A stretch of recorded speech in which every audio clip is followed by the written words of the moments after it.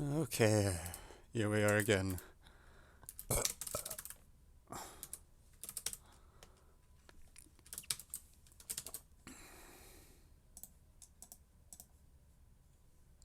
Thank you, Donnie, for the sub.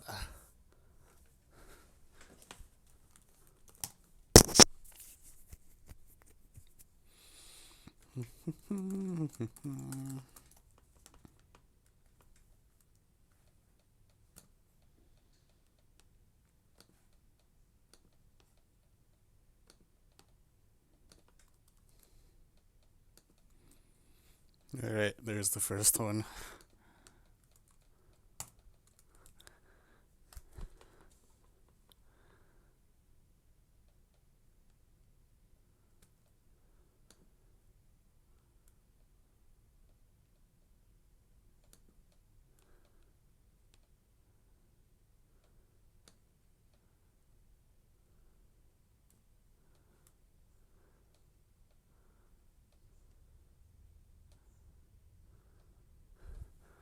Okay.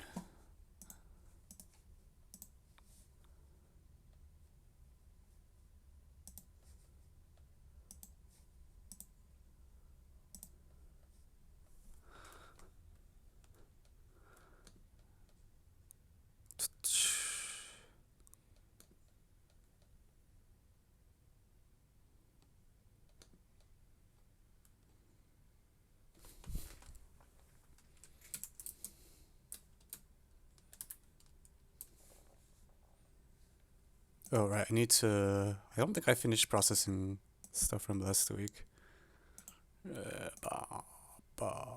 Yeah. No, done. Oh my god. Oh my god, no, not that problem! The 2 to the D problem is so rough. Oh my god. Uh, it was like...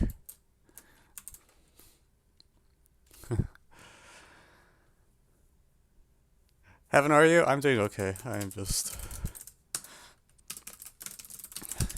We're just rolling.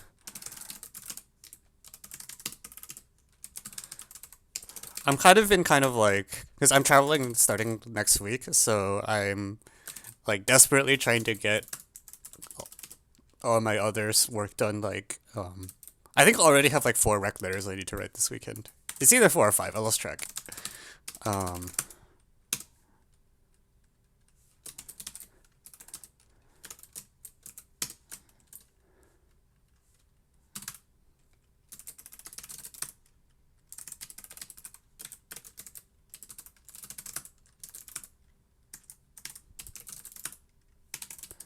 how's your PhD stuff going? Much better than in past weeks. I think, uh, normally I don't get very much done, and then on Wednesday I got a little done, which is a lot better than nothing, which is a lot better than normal. So, yay. I don't know. I was multiplying a bunch of 3 by 3 matrices as the TLDR. It's very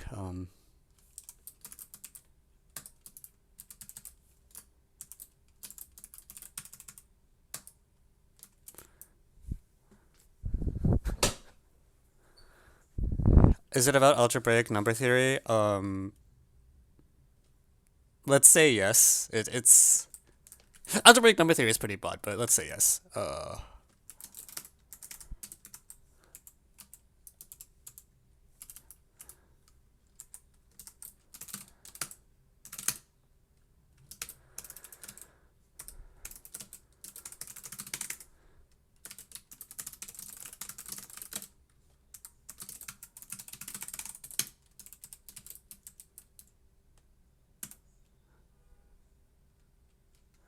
Yeah, I figured the 2 to the D one was a troll. I was telling someone else was talking to me about that problem, and they were like, this is a problem that I saw somewhere, and I just didn't want to give up on it. And it was like, you should just give up on that problem. And then I sent them the solution on Facebook Messenger, and got to watch their reaction IRL as they read the solution. After which they were like, yeah, I should have given up on this problem. Uh,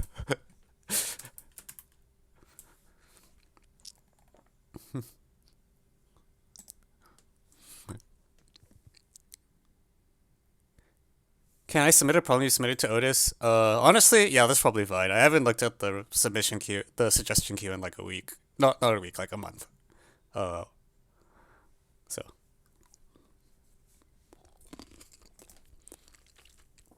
when's IMO 2023 handout coming out? I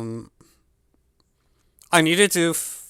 I need to write up 5, and I need to try 6, which might not have. Problem 6, based on what people have told me, it's amazing, and I probably am not going to get it. So I don't know. We'll see.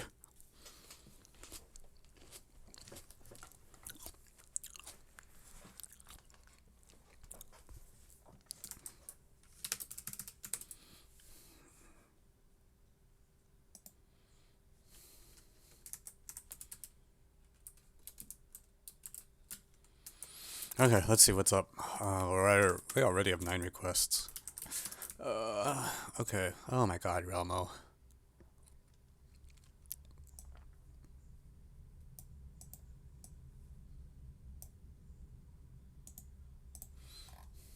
Oh my Lord. Guys, slow down.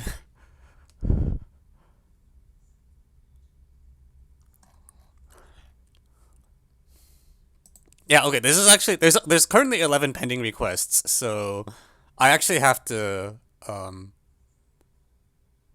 filter slightly.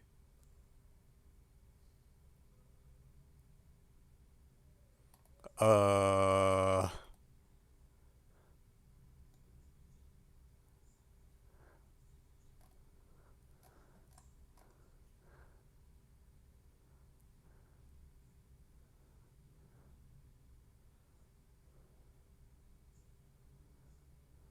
oh crap. How do I pick? Um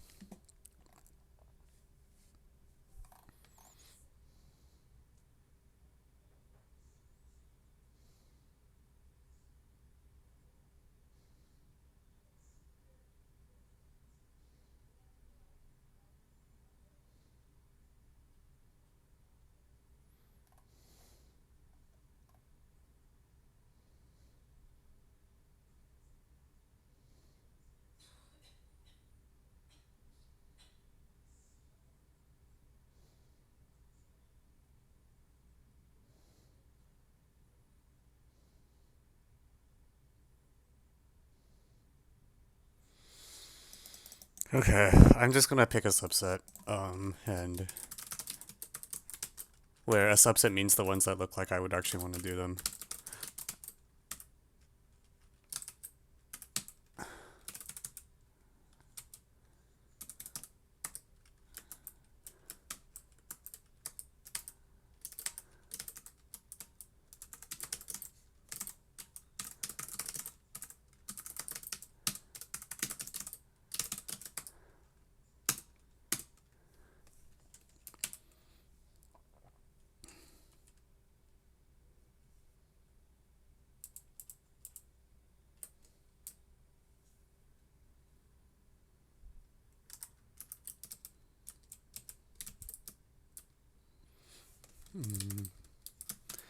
Alright.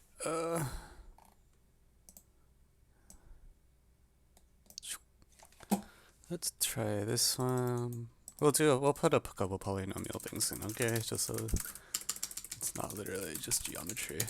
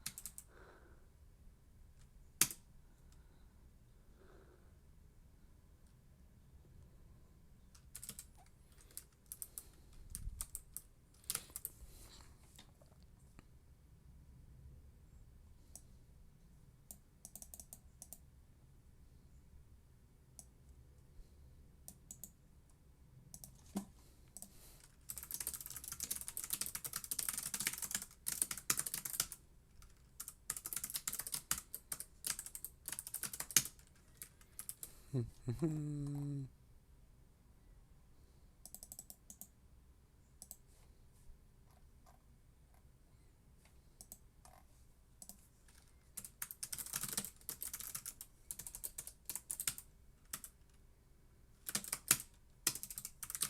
is almost shortlist, right? I think I recognize that.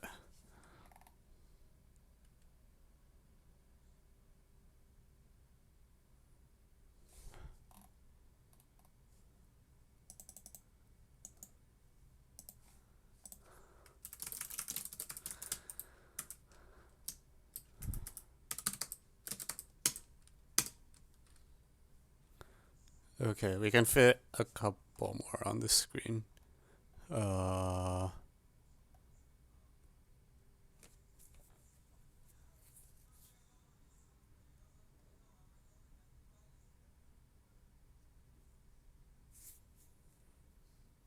Find the range of all possible values of BKC. Are you serious?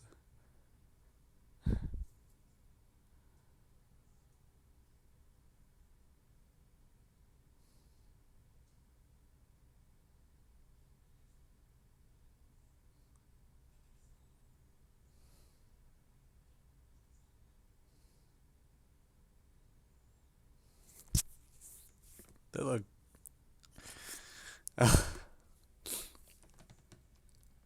Romo 3. You want me to do the FE? Is the FE like...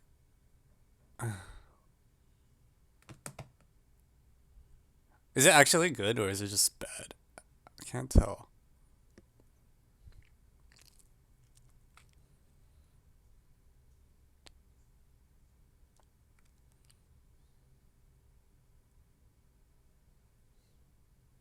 Why is the inequality strict?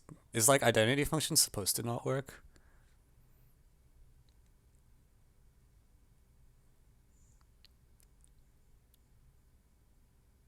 Like XY, XYZ.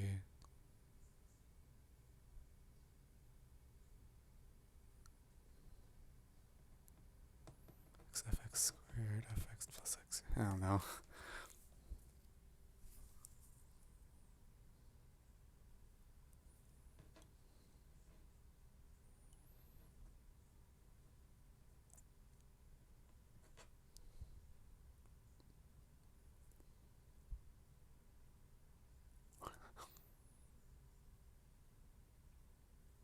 Oh god, what else is there?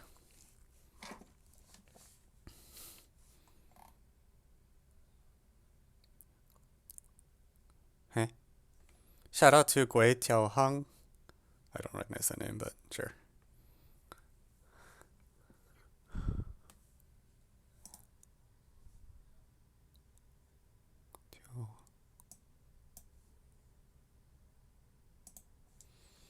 Okay, alright, I'll put the Romo on.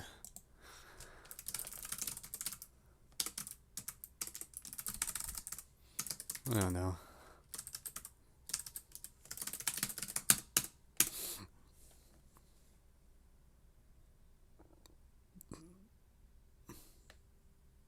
Put cross. Okay. I'll put the cross ratio on.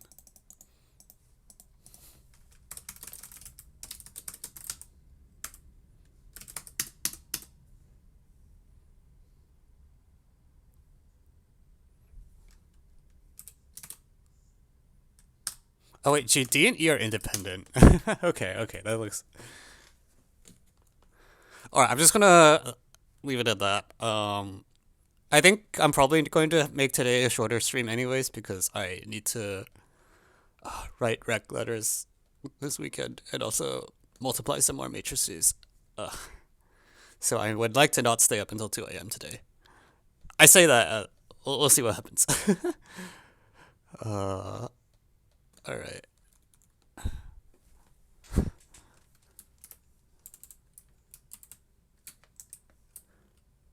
Generalized almo if it was impossible? Damn it.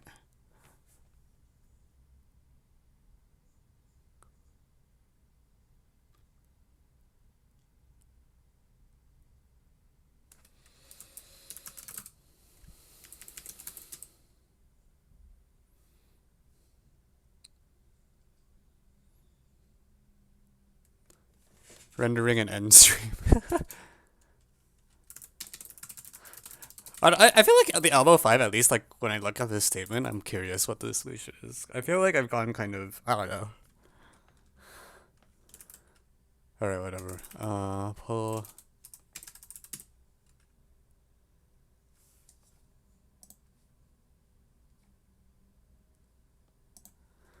Uh,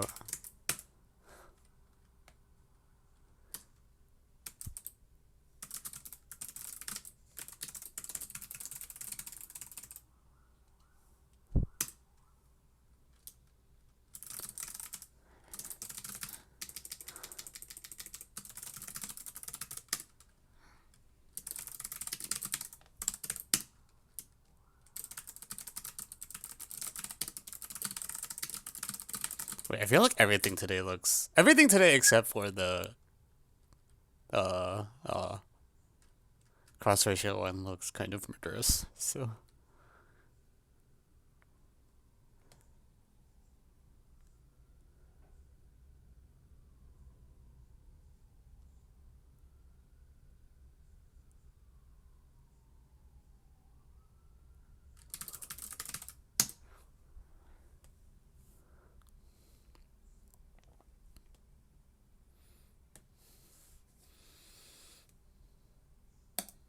Alright, here we go. Get your votes in.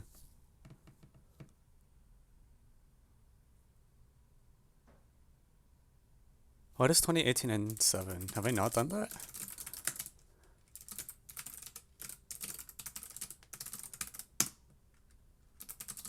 I feel like if it's 2018, back in 2018 I still did every problem. Yeah, I've done 2018 and 7. I had a lot more energy like 5 years ago, where like every time I saw a shortlist, I would just immediately like try to carpet bomb as much of it as possible. And now I'm just kind of old. Every time I see a shortlist, I'm like, oh, it's another one of these. Um,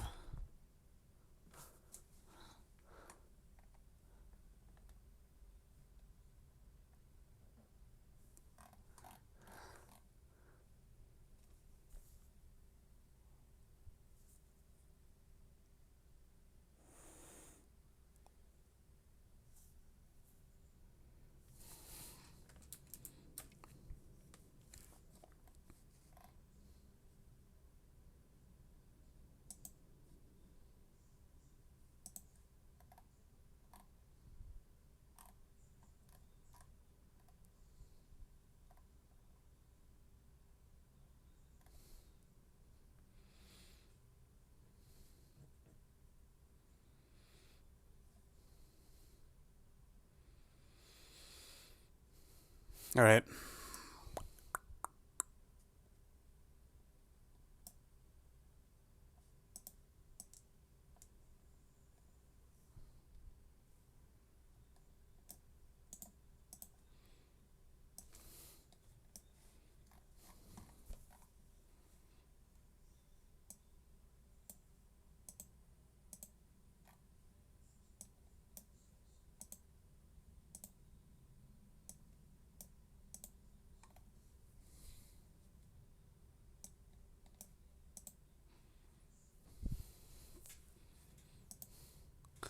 Okay, we will.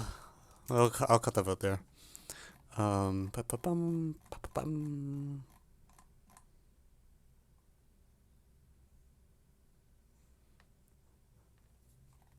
Oh, I think I missed a bunch of chat messages. Uh, what are you gonna do after PhD ends? IDK, honestly. That's I've been putting off thinking about that for a while now. uh, all right, all right.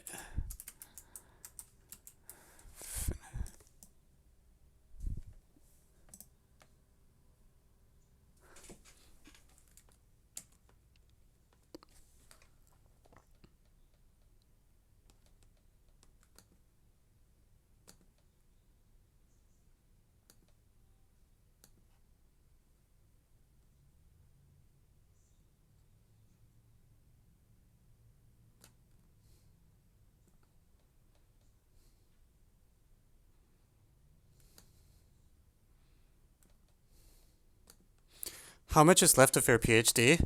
I have 3 semesters left officially. It's not an integer, which is kind of weird. Usually, most people right now have an even number of semesters left, so I don't know what's gonna happen. It's because of the non-integer issue. It might get rounded up or something. I'm not sure. Anyways, okay, what was the vote? Okay, I guess we're starting with the Euler line geo. Is this OM? Okay.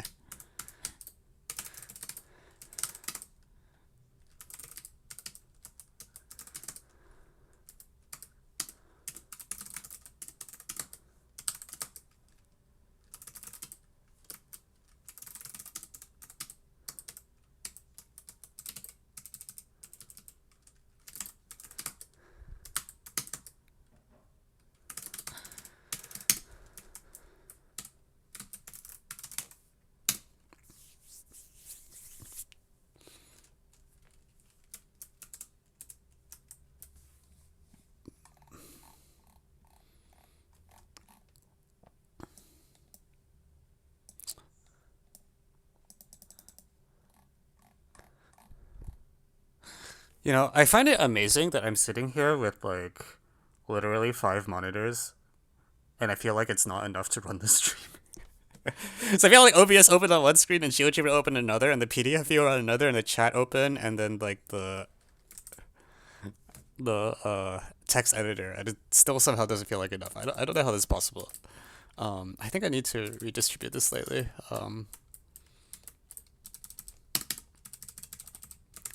Uh, yeah.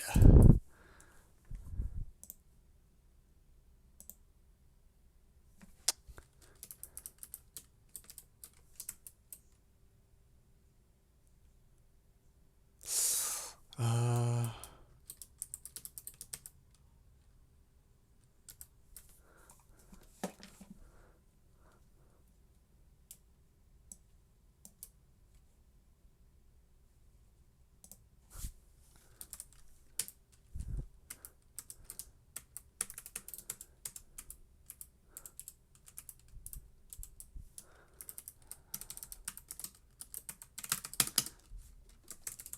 okay, I think that works.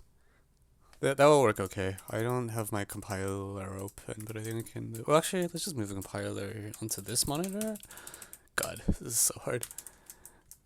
Okay, let's do it.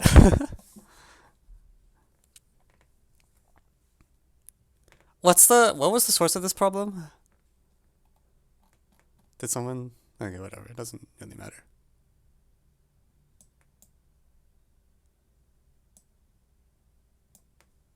OMMC. Okay. Okay, welcome back. So, we have a lot of tangency. This apparently I've been told this is from OMMC, but I don't know what that means. Anyways, okay, you have a triangle. Joy. Boom, boom, boom. You'll draw an in circle, and then okay, this is gonna be So there's the problem really has 8 cases because for each of these omega 1, 2, 3 circles, you can have it either externally tangent or internally tangent depending on how you want to set up the so well, we'll just draw one case, and then I'm assuming the other cases won't be different because it would be really weird if one case was much harder than the others. So we're just gonna do the case where they're all inside first because it will fit on the page more easily. Oh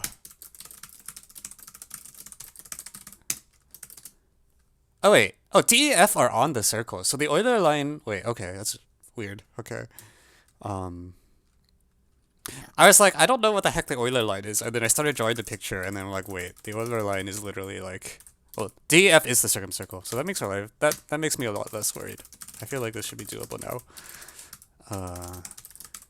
C I equal. Okay, so anyways, we get 3 circles. They're called omega 1, omega 2, and omega 3.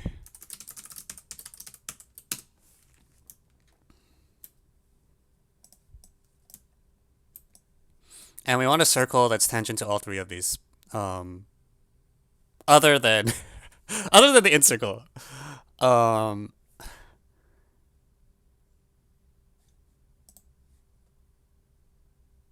Man, you had to steal DEF, huh? I wanted to use DEF. So we're gonna do well, okay. First, I'm gonna color these three circles a little differently so that it's a little easier to see what's going on.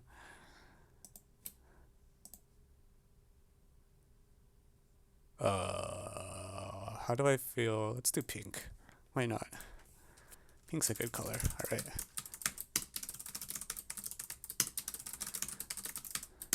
So yeah, I think what's gonna happen is we're going to do the really deep strategy called invert the picture. Um,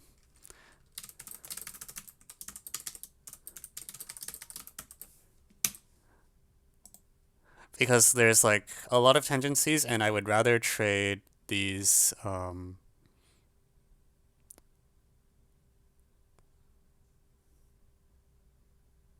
I'd rather trade these pink circles for littler circles inside, because the inside picture, I think. Actually, is that better? I think it's better. You don't. I don't really want to play with the end circle. So we're going to zoom in like heck. And each of these pink circles will invert to a smaller pink circle where, so D, E, F are now the arc midpoints. They can be either major or minor arc midpoints, but it doesn't super matter.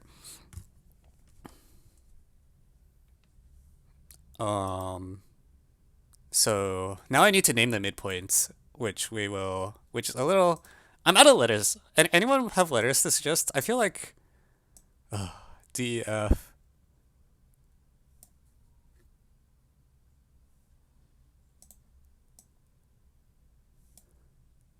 Oh, PQR. Yeah, PQR is reasonable. All right, let's use PQR. Oops. Intersect. Oh!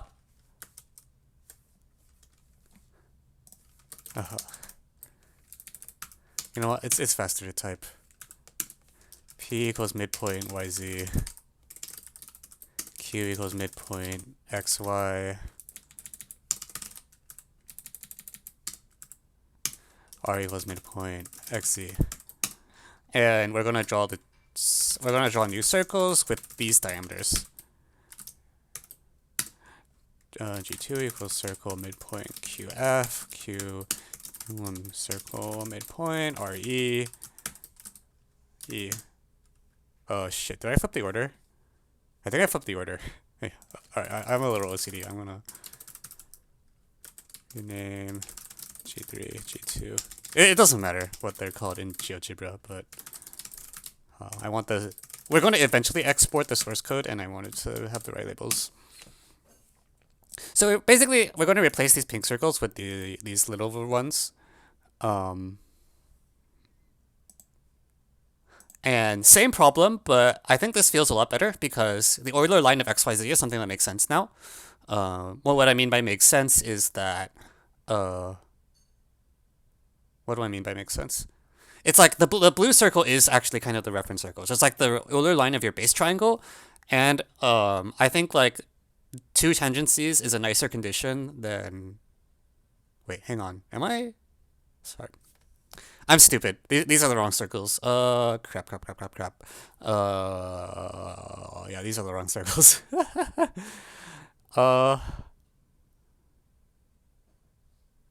Because, okay. Sorry, these are the wrong circles. This is not correct. Yeah, these are the wrong circles. JK.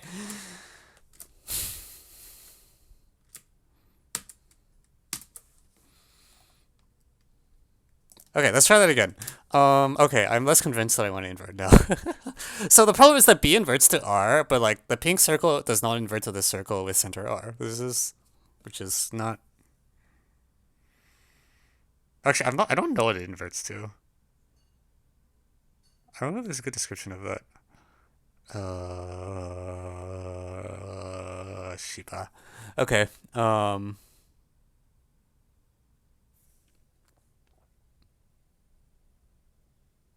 It is the center? No, it's...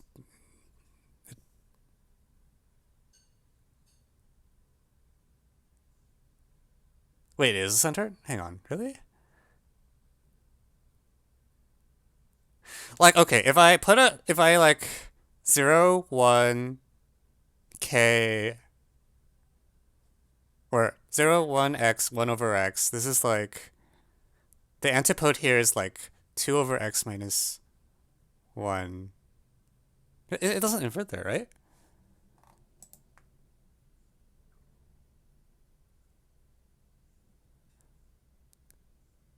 Thank you, the axiom of math, for the follow.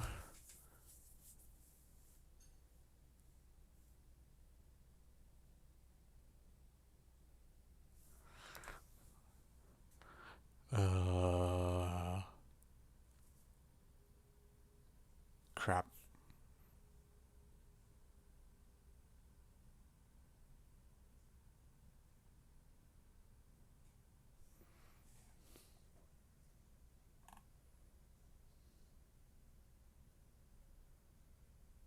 Okay.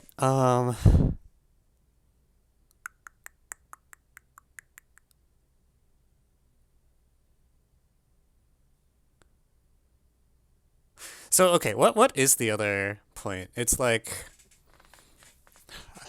wait, this is actually really annoying. If I call this like x1, this is 1 over x, that's the inverse. So this is 2 over x minus 1. So the inverse is something really unfortunate, like x over 2 minus x. I don't even know how to interpret that. Um,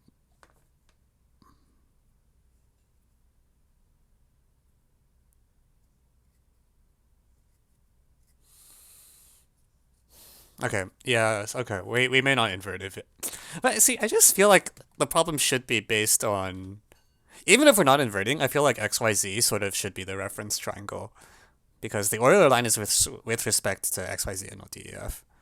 Um,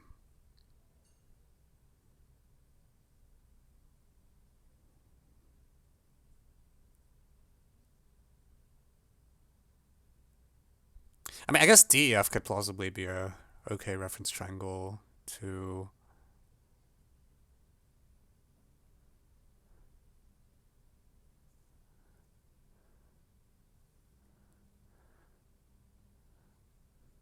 Actually, DEF might be a better reference triangle anyway. Hang on. It's just so. Okay, let's draw on DEF. Hang on, we're gonna delete.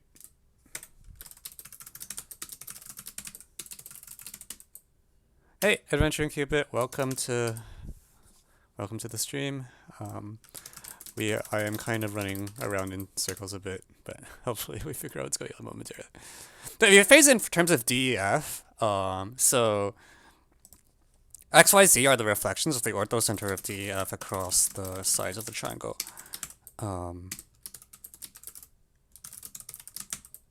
Yeah, okay, this feels better.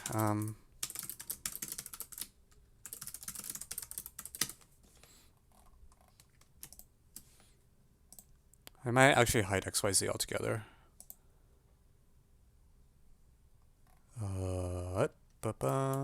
We'll gray these out slightly.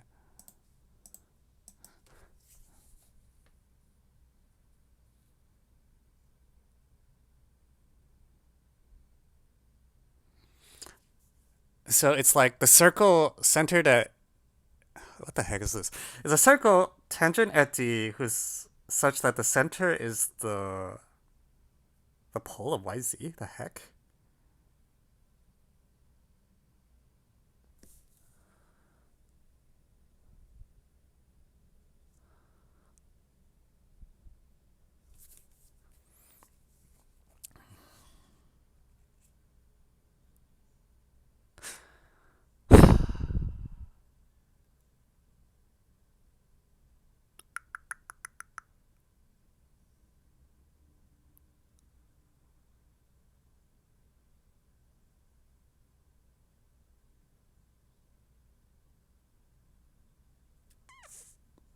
The other thing I can do is I can try to see where the relevant center is, because right now I don't.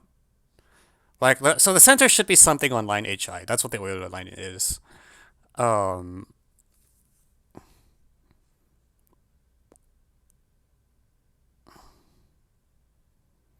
I just don't. Like, where in the center is like quite far out, though.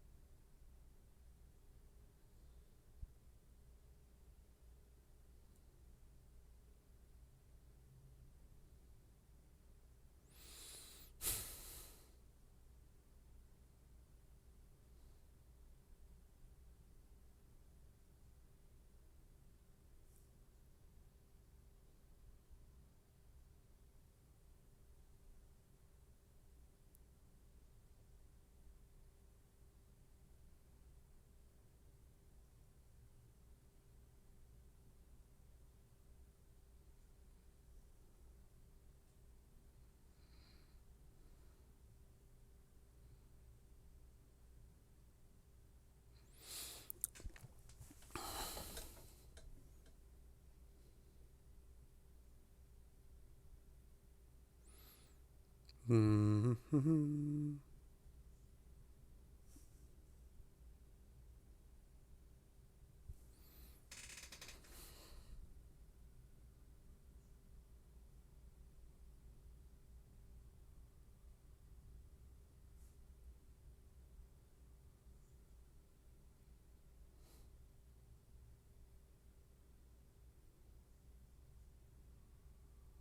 Hmm.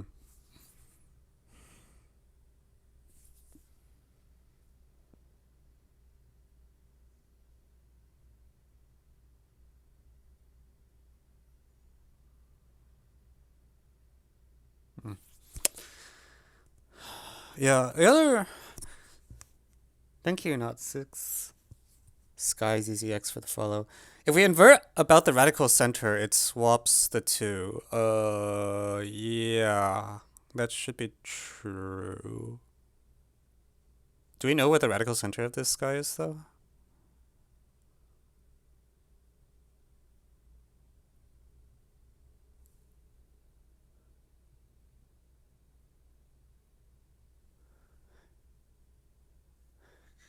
Can you help me on a problem? You can post the problem. I may or may not solve it right away. Slash ever. But feel free to post the problem. We might have seen it before.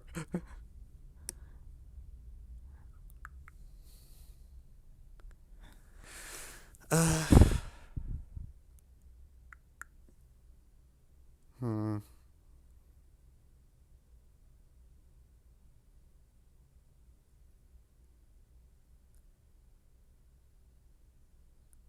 It's just about interest rates.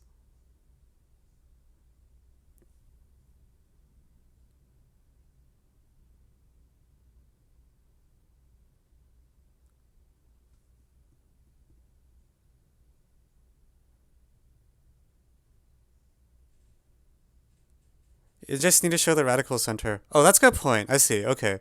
So the claim is that the radical center, the center of one circle, and the center of the other circle are collinear. Okay, yeah, that's a lot better. So I don't have to deal with the big circle. So okay. Then the question is, what is the radical center? Um, which I could just draw the radical center, right? In theory. Um, like the radical center will be.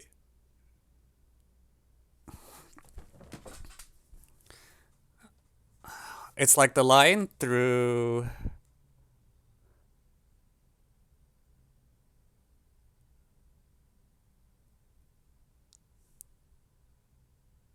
Hang on a moment.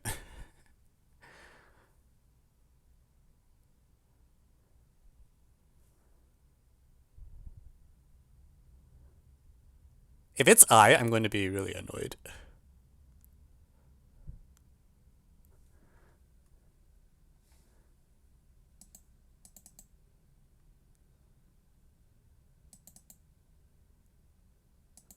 I, I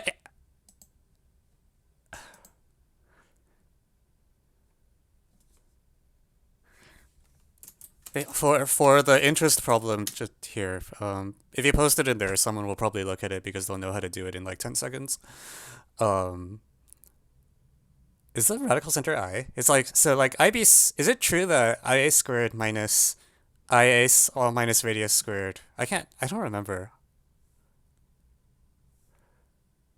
It cannot be I. Okay, never mind. Is it not? IA squared minus DA squared is, it's like oh yeah, yeah, I agree, it's not I. Okay, fine. But it's some,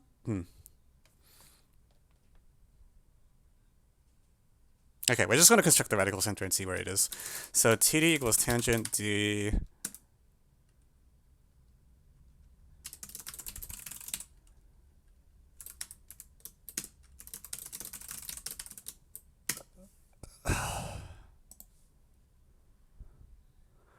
Okay, so these are like points on the radical axes that we very conveniently constructed, which I will very creatively name P1, P2,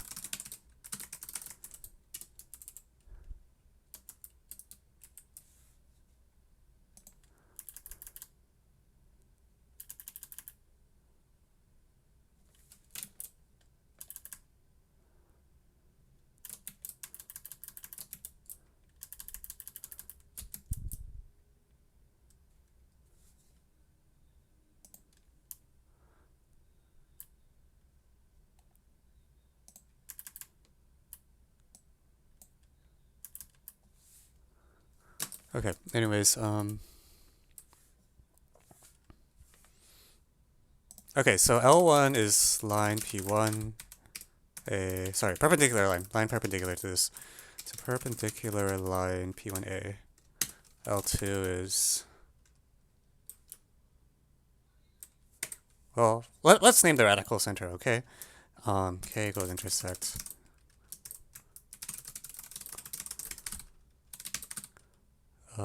And line HI. Okay, and then, okay, so what the heck is that point K?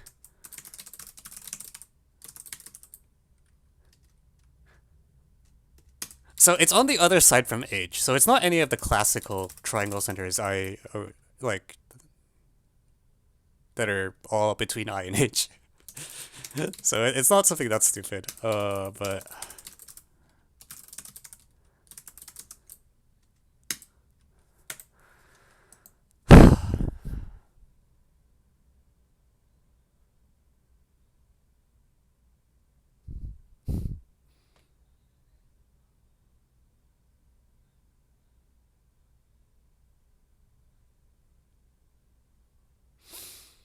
Okay, I haven't used this theorem in a very, very long time, but how do people feel about Sondet's theorem?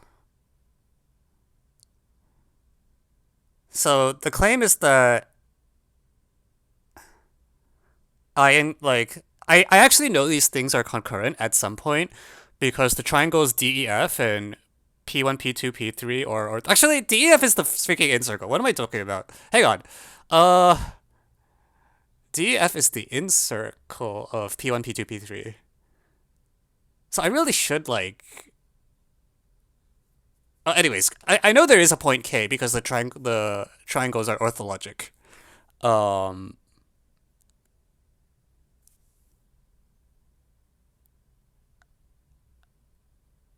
the question is why does it lie on line HI? And yeah, anyways, uh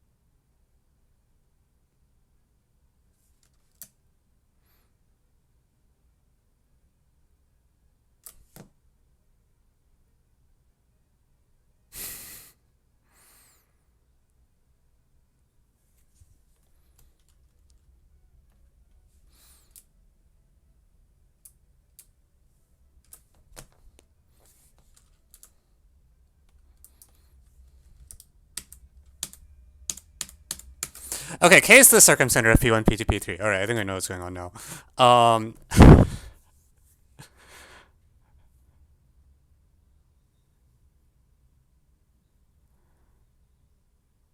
yeah, okay, fine. Wait, this is I literally drew the circle. It's passing through the 3 points. It's actually just the circumcenter. Or am I crazy? Like I drew circle KP1 and like it's going through all three of them.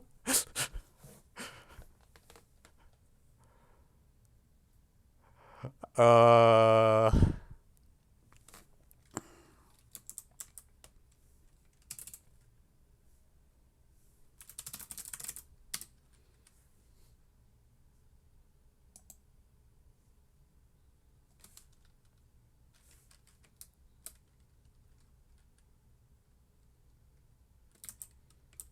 yeah, so okay, so yeah, that's why it's so if it's on the circumcenter, then that's why, because that means K P1, P2, P3 will invert across the blue circle to the 9-point circle of DAF, whose center actually does lie on.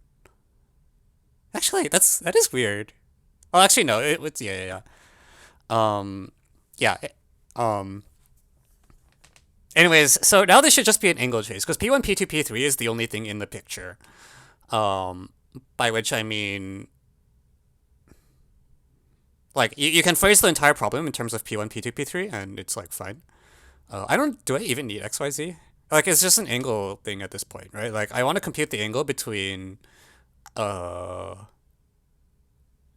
yeah, fuck. See, the thing is, I feel like I should know why this is true, but I don't see it offhand. Uh, but P1K actually passes through like the antipode of D, right? Or something like that. So, like, I think P1X should be no. Yeah, maybe. Hang on, let me check that.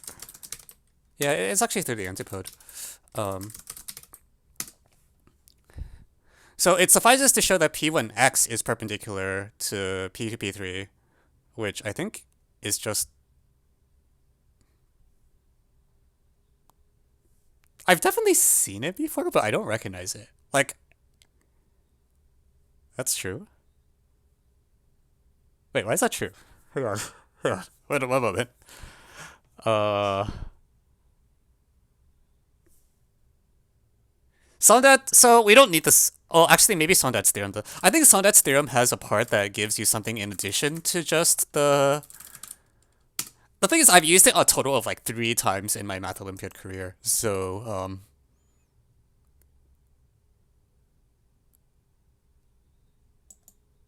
three, maybe three's under. It might be like five. Uh, so I don't even remember the statement. I know that it's like if there's one orthology center, there's another orthology center. But I don't remember if it says something. You don't think D prime is on PK? Oh yeah, sorry, you're right. Okay, I'm high. Never mind. Yeah, I was like, if this okay, fine. Uh, shit. Well, I feel like I should just be able to angle chase it at this point because I know every angle in the picture. I just like.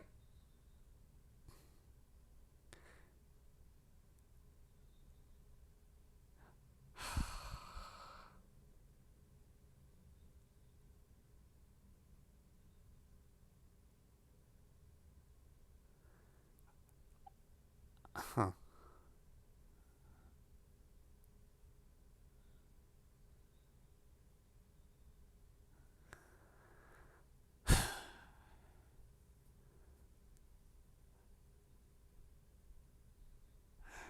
Yeah, I mean it's just true.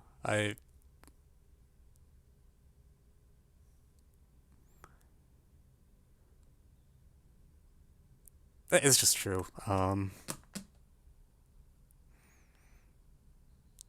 Because what you do is like the angle KP1 P2 is 90 minus the angle between line BC and line P1 P2, which is the angle between like line like the tangent at X, the tangent at F, which you can then chase. Like all the angles of X, Y, Z are determined in terms of DEF. Um,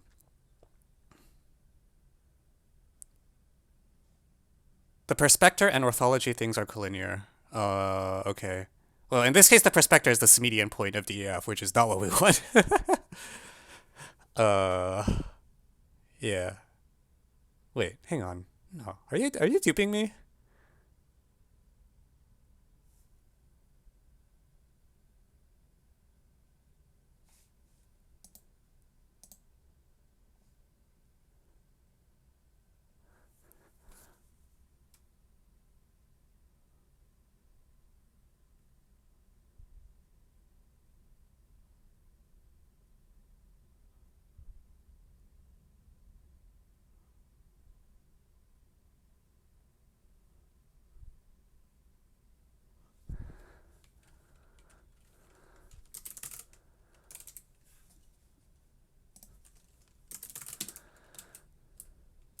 If they are perspective. Wait, but that's just false, right? Because the median point of DEF is not on the Euler line.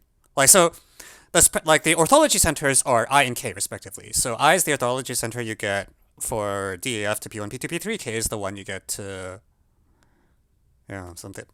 Yeah, so the two orthology centers are I and K, and the two triangles are perspective, and they're perspective at the median point of DEF. And those 3 points are not collinear in general because K actually lies on line HI. So something is wrong with either I got the orthology centers wrong, or that's not what Sondet's theorem says in the perspective case.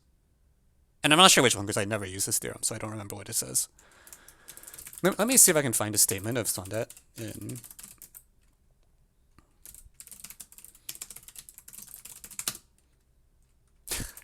Sonnet appears one time in my database on UCIMO 2021-3.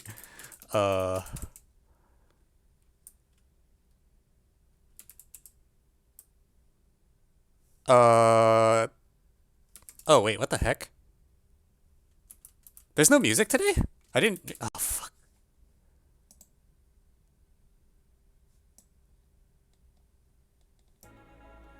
Wow, I didn't notice. Wow, okay. I'm sorry that the stream has been really boring. AP1, not DP1. What do you mean AP1, not DP1?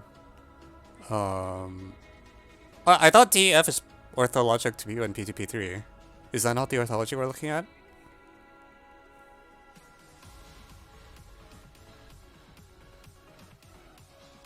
Am I crazy?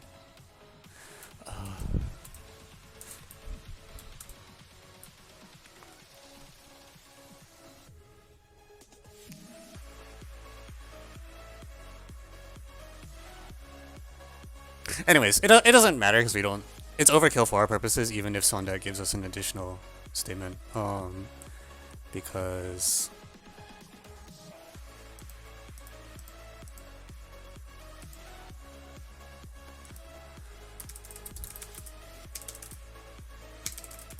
we just don't. It's actually just a circumcenter, so we don't need to quote something that powerful. ABC and P triangle. Oh. I mean, oh yeah, I'm sure it gives you something, but I was applying it on DEF to PPP. In which case. Oh wait, sorry, you're totally right. I'm high. Yeah, DEF is not ortho. What am I talking about? Sorry, you're right. It is ABC if you're using Sondet, and then the prospector, I agree, is AP1. Is that? I feel like that makes it harder though. I feel like I'm less excited about AP1 than just having the circumcenter.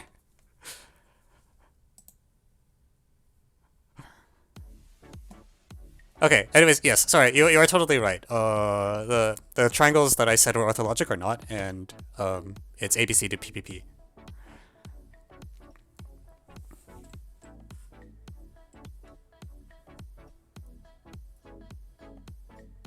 Okay. Anyways, let's write this up.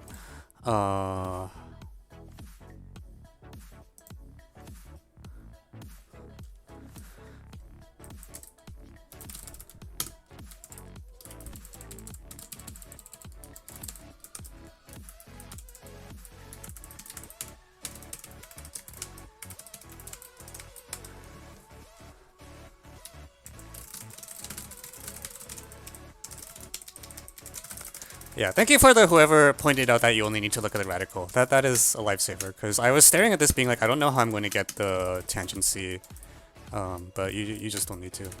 Like, you don't need to look at the other circle at all, and that makes life much better. Fuck. Generate code. Shit, actually, hang on. Before I do that, I should make the labels look okay. I'll move that here, that here. H, this can go here, I can go like there, K can go here, Y should move up here. Okay.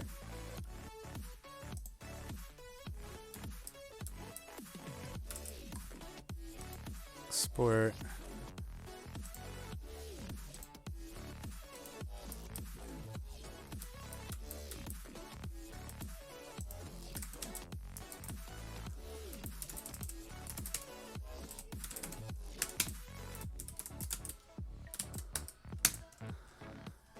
Okay, let's see if the new fuck.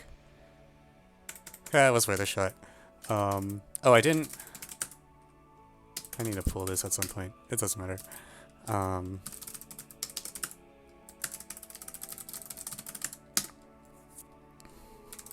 Okay, so notation is going to be let K be the radical center of. Did I need XYZ now that I think about it? Did I actually use XYZ?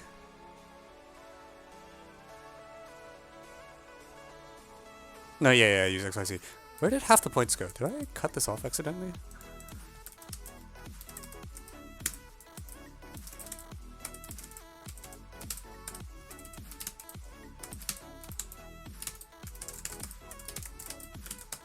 Huh, weird.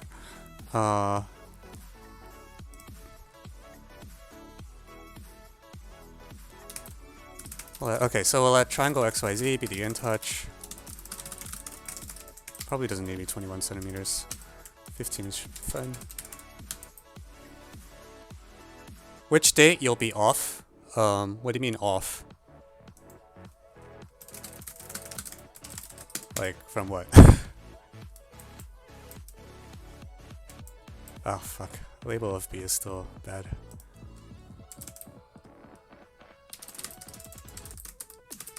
Actually, all of these are pretty bad.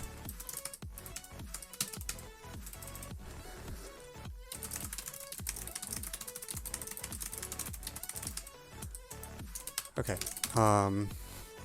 Let P1 be the... Does anyone know what P1, P2, P3 is called relative to, like, DF? Well, is there a name for, like, when you take the 3 tangent, the 3... Oh, vacation. I'm leaving Monday.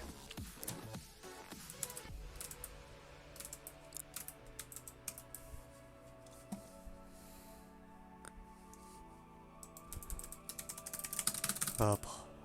B.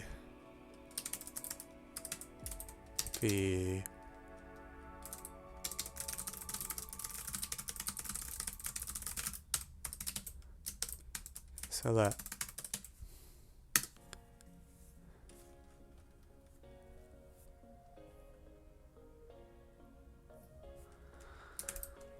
So claim,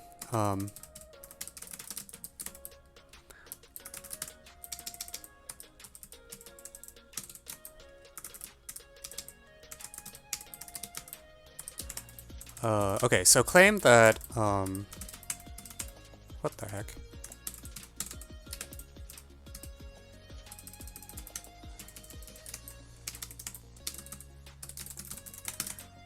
KP1 is perpendicular to BXC, etc. And this is, P1K. So this is just because P1 lies on the radical axis. Omega B, or omega 2 and omega 3, I guess is calling the problem. So P1K is that radical axis.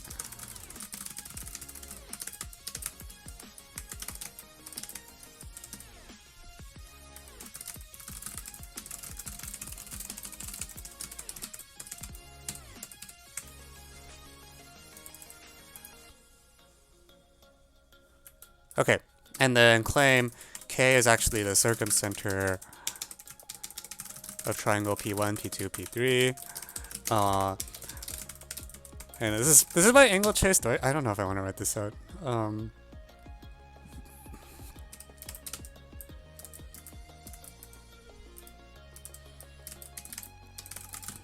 So the erected angle FP1 P2 P1K is equal to I'm going to get this wrong. 90 degrees minus the directed angle between lines FP1 and angle line BC.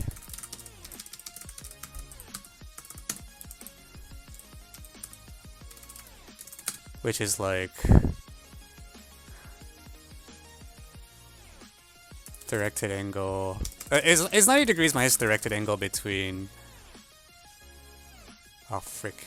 I think I twisted it the wrong way. It should be BC first.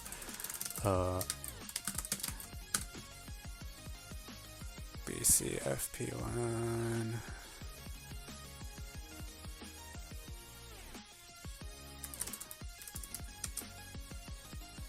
We're just going to transfer it directly to XIF.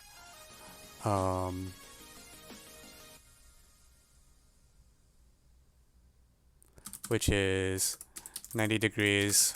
Okay, so this is the case where I don't need to split into cases based on...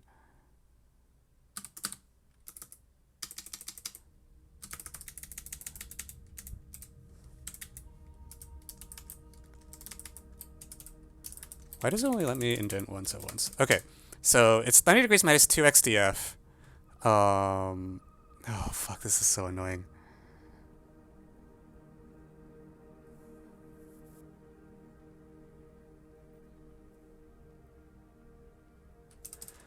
Okay, I'm gonna freaking.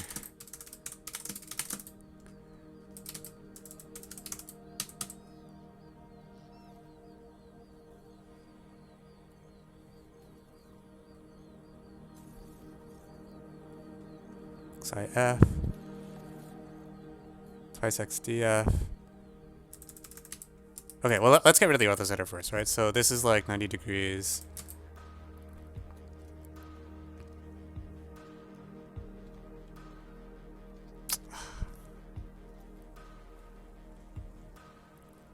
Okay, we'll use the anti-parallel. That seems better.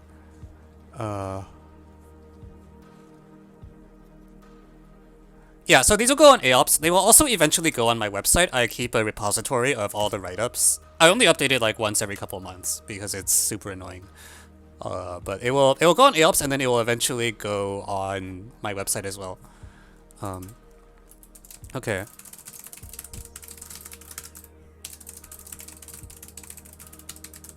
Our anti-parallel with respect to angle P2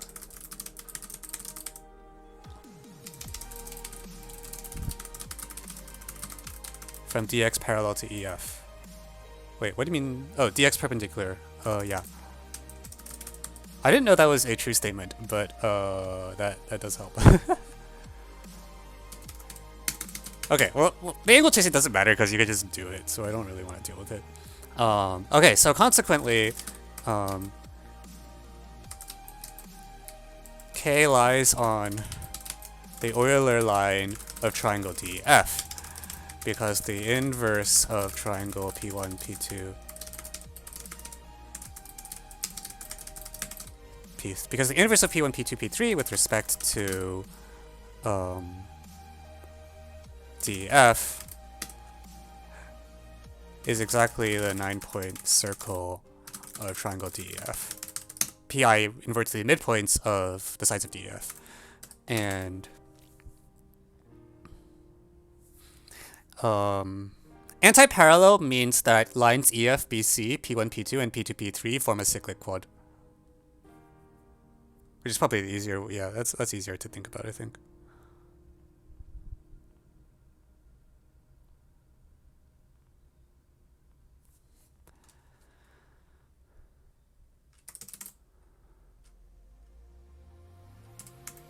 Finally, it's known that the circle gamma not equal omega tangent to all three omega I always has center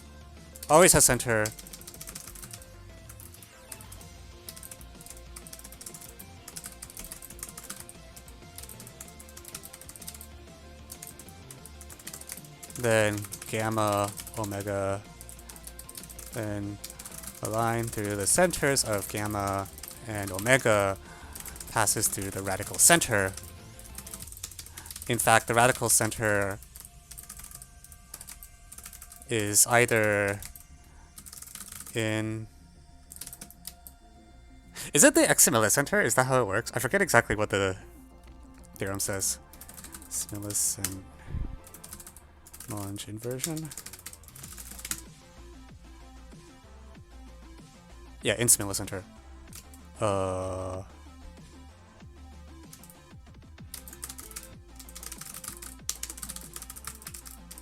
Depending on whether it's internally or externally tangent.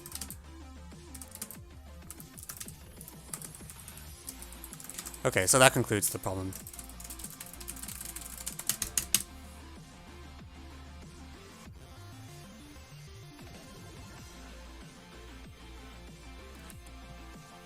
BFC cyclic honestly follows more easily just from like IE times IB equals radius squared because they're inverse. No, sorry, that's false. What am I talking about? Not BEFC. It's like this quadrilateral, like EF, and then like this point here and this point here. Like, so the little thing that looks almost like a trapezoid with like the green, brown, gray, gray. Just a click. No, it mutes you, not me. For mute me. So I don't know why anyone ever redeems it, but sometimes people redeem it and they know what it means, and I'm like, okay, why not? Cool. All right, yeah, this is a good problem. I like this.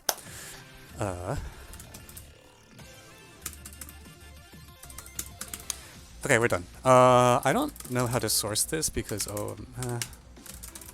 finals, tangency, geometry, geo, homophily, pop, inversion.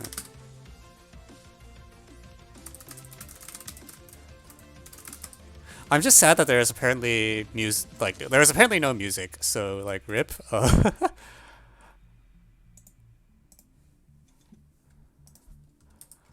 Like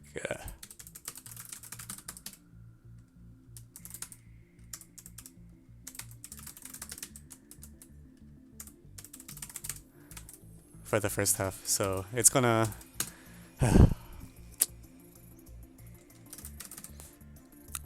What a waste.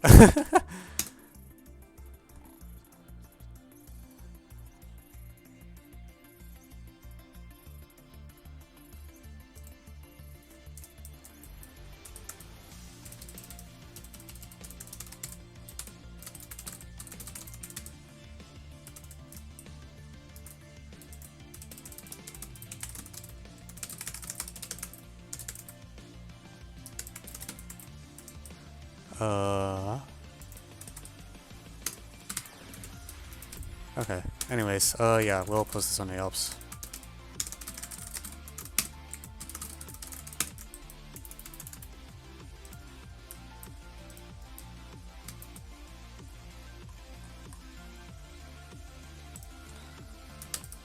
Alright.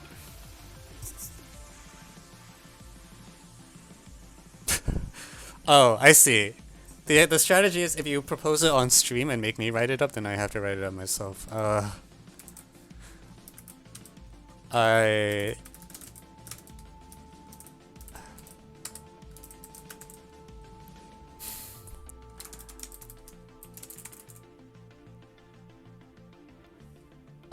it does not apply to subscribers, I think, the ad break. But also I think there's a limit on how much you can redeem it in one stream.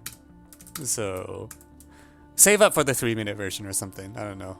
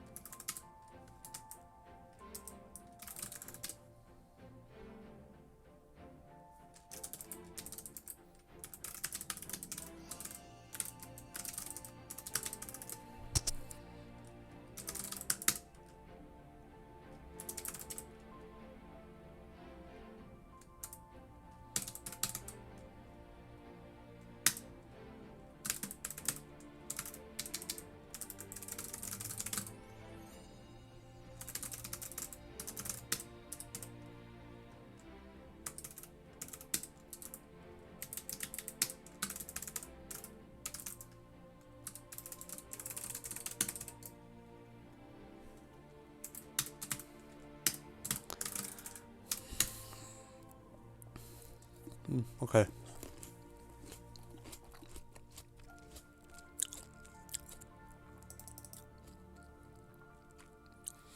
I already forgot what won the vote. I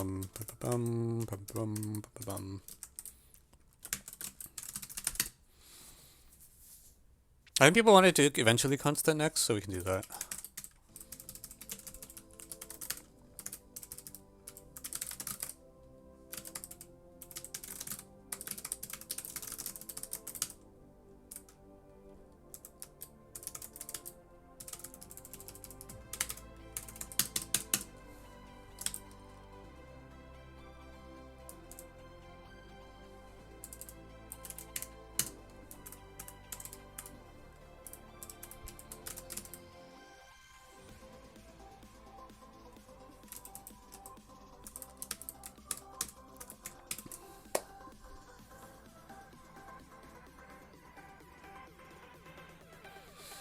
Why would you start the sequence? I guess you can start the sequence from 0.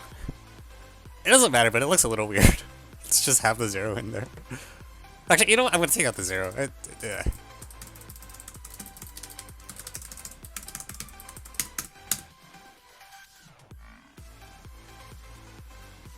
Have you ended stream before? No, I don't think anyone's gotten anywhere close to the amount of channel points needed to pull that one off.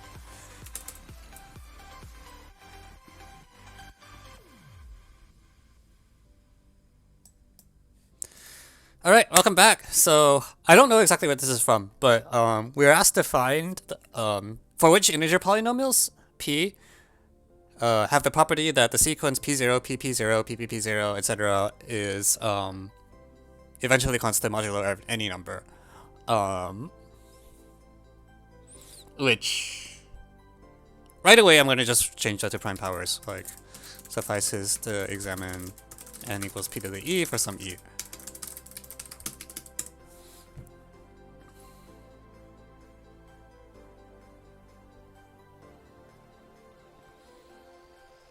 So is that not like?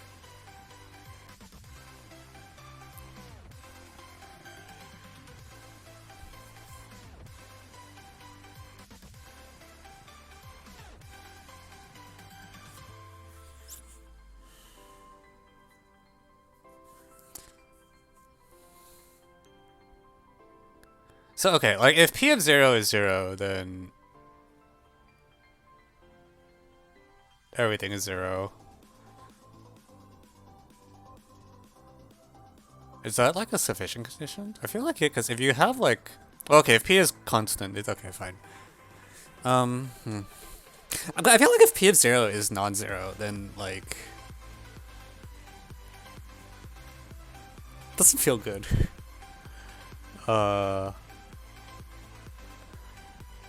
Like the primes that divide that thing are going to not be really happy. Anyways, so is there any non-constant example with non-zero constant coefficient?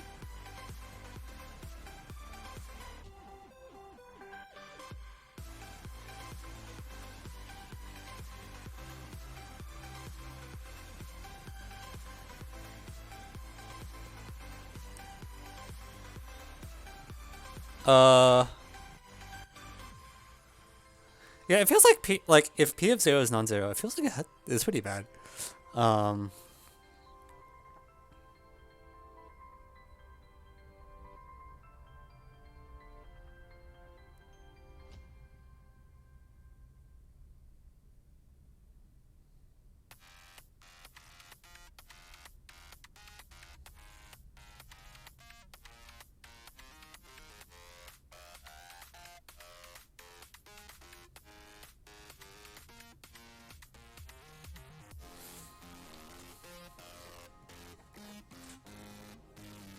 X to p and e minus x, yeah.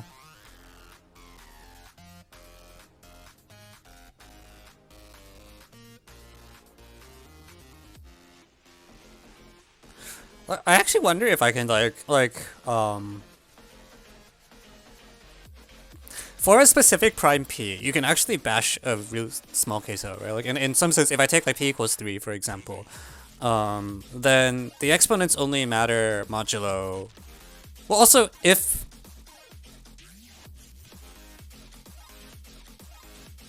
the exponents only matter modulo 2 other than the constant term. So if you have a constant term, you could, like, okay, let's do a small case and see what's going on, alright. So like for p equals 3, it suffices to consider p of x equals ax squared plus bx plus c, where c is non-equal to 0. And see what happens. Obviously, this isn't going to do much in general, but I wanted to see if there's at least I can get something. Well, okay, this is. Hang on. Something's. I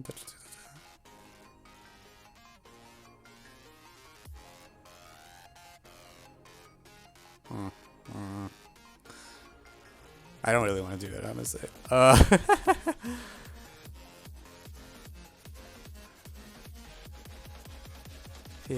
P. That's true. I could just like iterate it a lot of times and then say it's, yeah, if it's identically...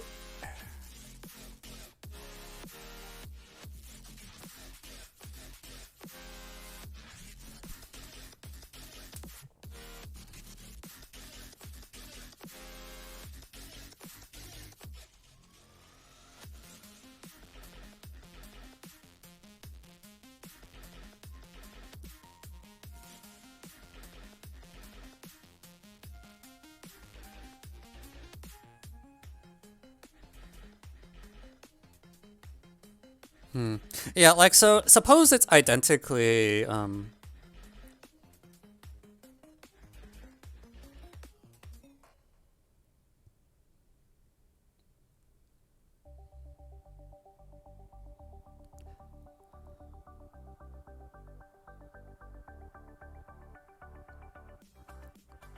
wait, why is 0 so special? Oh, I guess it's the initial... No, 0 shouldn't... Hang on, I'm confusing myself. Like, is it possible for the sequence to eventually be constant to something that isn't 0? Like, if the polynomial p is non-constant? Like, can I have a thing where, like, p of 0 is 1 mod 3, and then p of 1 is also 1 mod 3? That should be possible, right? Like, this should happen sometimes. There's no way it doesn't.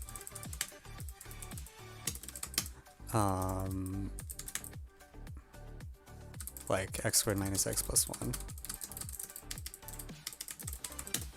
Yeah, will eventually be 0 mod 3 forever when you start plugging in. Yeah. Or sorry, will always be 1 mod 3.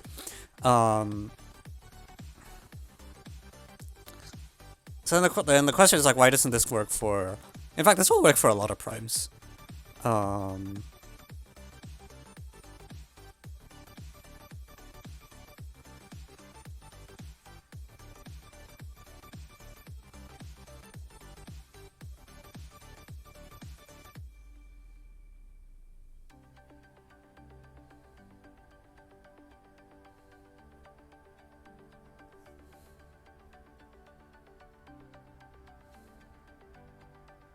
You could just shift p of x equals qx plus 1.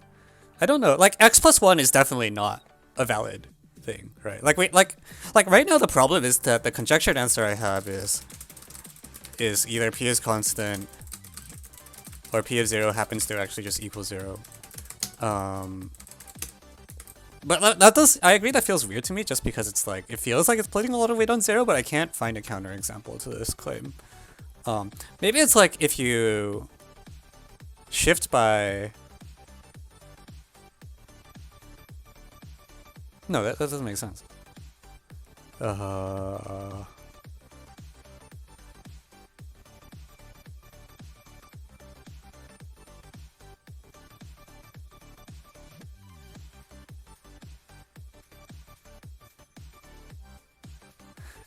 Does x plus 1 squared minus 1 work or something? If I do that... I'm really confusing myself. Oh my god. Okay, if I put it... No, that just has 0 constant term. What am I talking about? What about, like...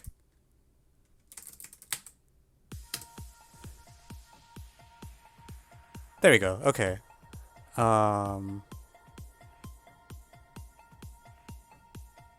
Yeah, x plus 2 squared minus 2 is a valid solution.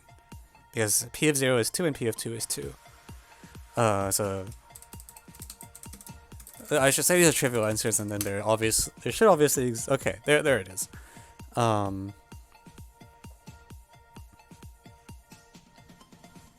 Which then makes me wonder what the heck the classification is going to look like. So when I expand, this is like x squared plus 4x plus 2 is a solution?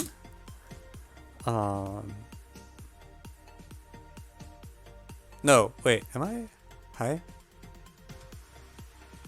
Wait, sorry, I'm stupid. What am I talking about? No, this doesn't... This is how you know I haven't...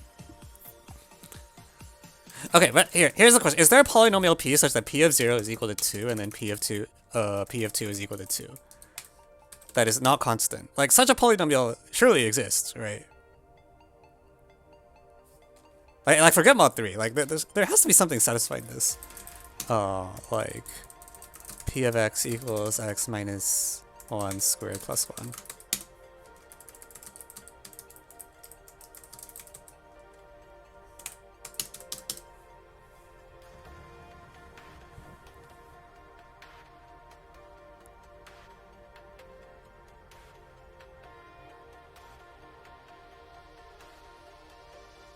There you go. Yeah, okay, there you are.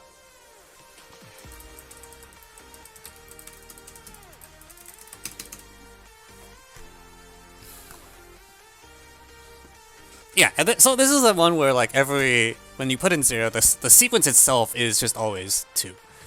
And then that begs the question of like, I mean, I'm sure I can get something more complicated than this, right? Because polynomials have enough degrees of freedom, I think. Like you can make p of... You should be able to do something like make p equal to a chain where p of 0 is a1, like p of a1 is a2, p of a2 is a3, or just like here, p of 0 is like equal to c, and then like p of 0 is equal to c, p of c is equal to c.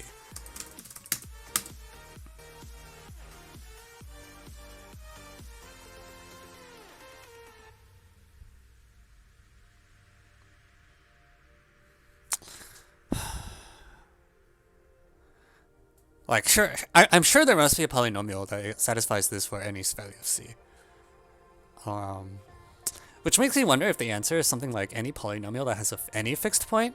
Like, is it true if I have some fixed point, then modulo p every orbit goes to that fixed point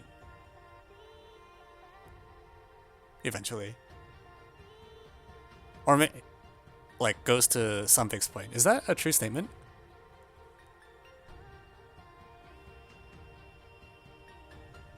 I agree, every divisor of p to the t0 also divides p0. That is...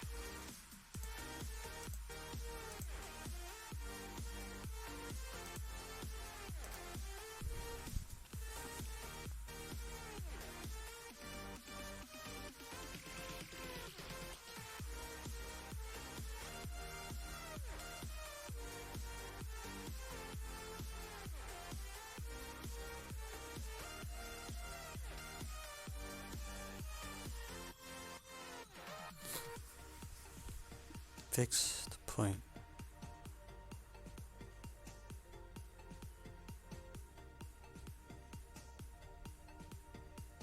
I'm trying to think, what's an example of a polynomial that has like a fixed point of some sort, but doesn't eventually go to that any fixed point? Well, okay, first of all, like, questions. Many questions. I have many questions. Questions. If p has a fixed point, does it follow any cycle goes to it eventually?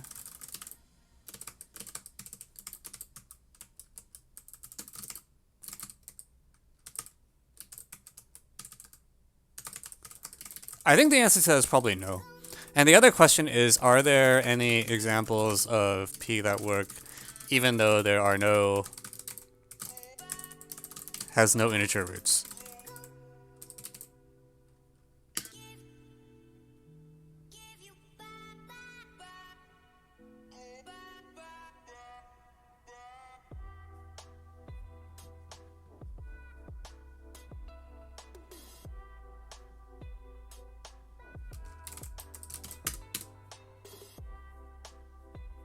Okay, yeah, there we go. So the first thing, yeah, 2x plus 2 is good.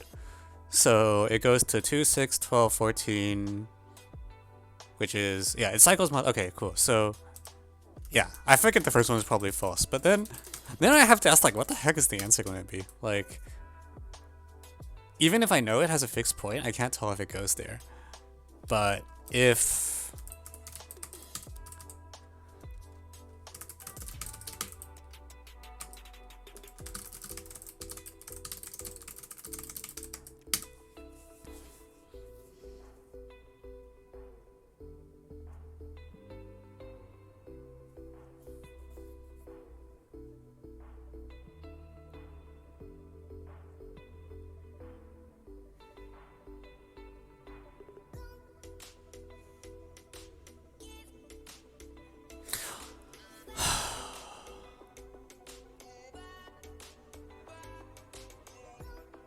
On the other hand, I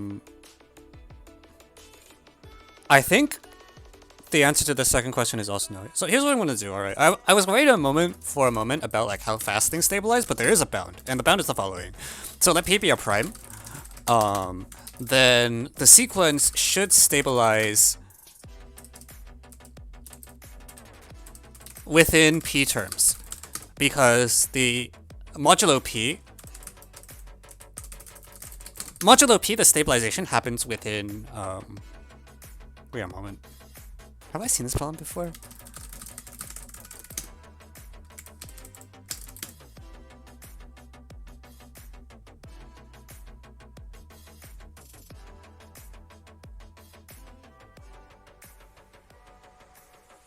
It doesn't matter. So, for a capital integer n,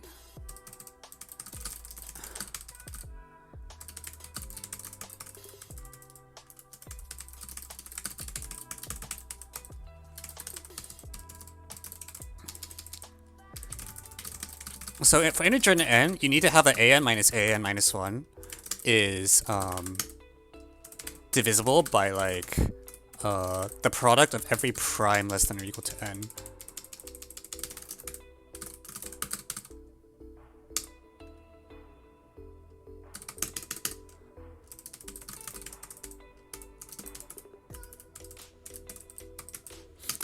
And this feels pretty bad, because if p of x grows on the order of cx to the... we need a letter for the degree. Let's use d.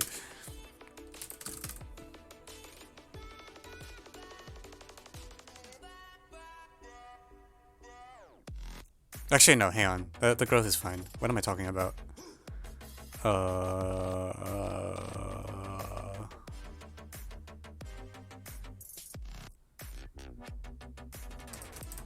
Do I need prime power?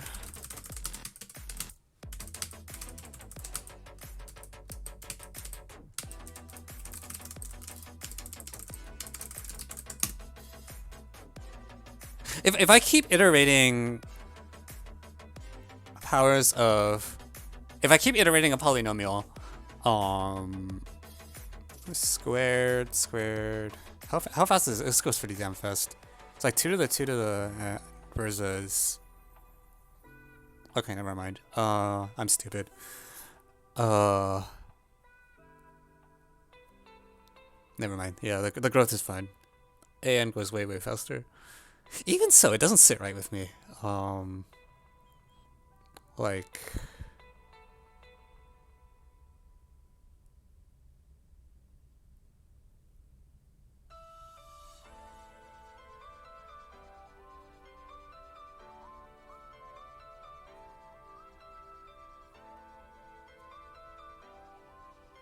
Yeah,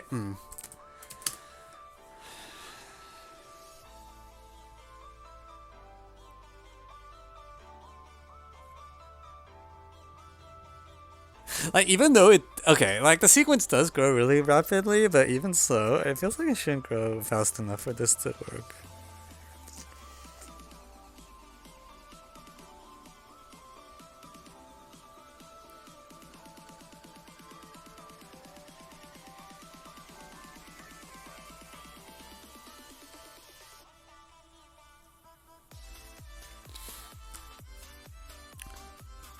Okay, this argument does work for linear polynomials though. Like if you have a linear polynomial, no dice.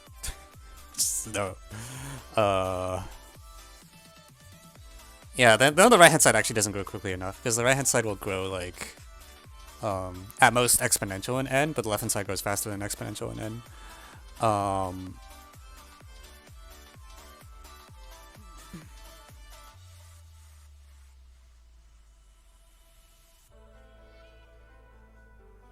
The fact that all divisors of p iterated 0 divide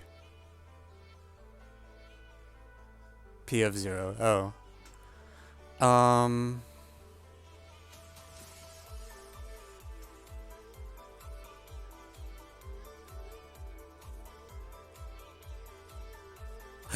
Oh my god, are we gonna bring out... We're gonna bring out a hammer, aren't we? I think we're gonna bring out a hammer. Okay, let me first make sure that I understand the thing about... Yeah, let me just kill all this stuff, I don't think we're gonna use it. So claim if p is a prime dividing p to the n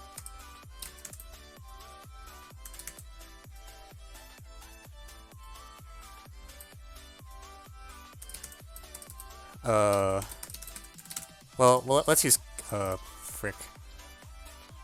Let's use t.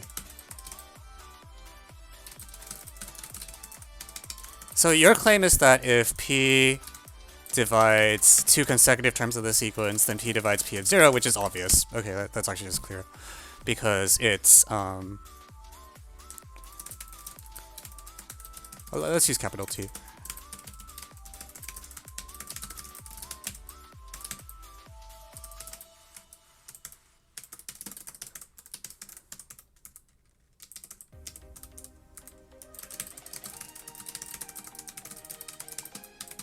Okay, so hence, if p is a prime that doesn't divide...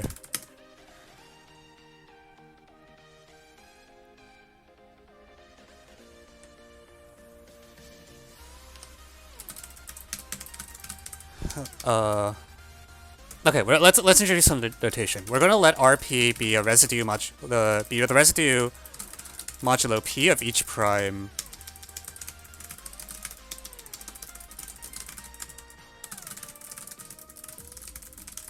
For which the sequence is eventually constant.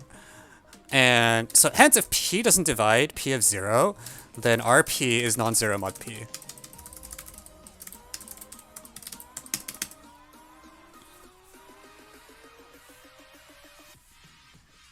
Which is like almost every prime. So on the other hand, suppose... Okay, but on the other hand, claim if p... let q of x be equal to p of x minus x. So, you know, it's some integer polynomial. If q has no integer roots, then there is a prime for which q has no roots modulo that prime. I.e., if I have a polynomial that doesn't... This is false, isn't it? This is false. Yeah, this is just false.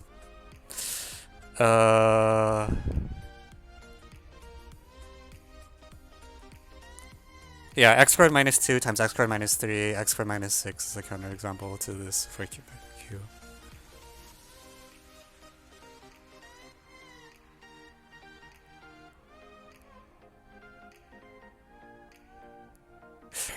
Wait, okay, so that begs the question, what the heck is the answer? Yeah, I was going to try to do some Chebotarev density shit, but it's just not true. Like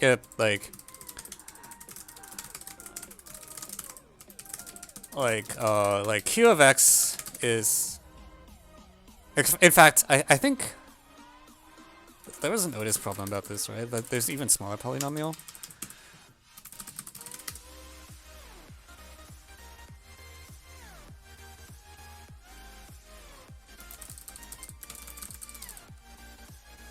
Like x to the 8 minus 16 or something like that?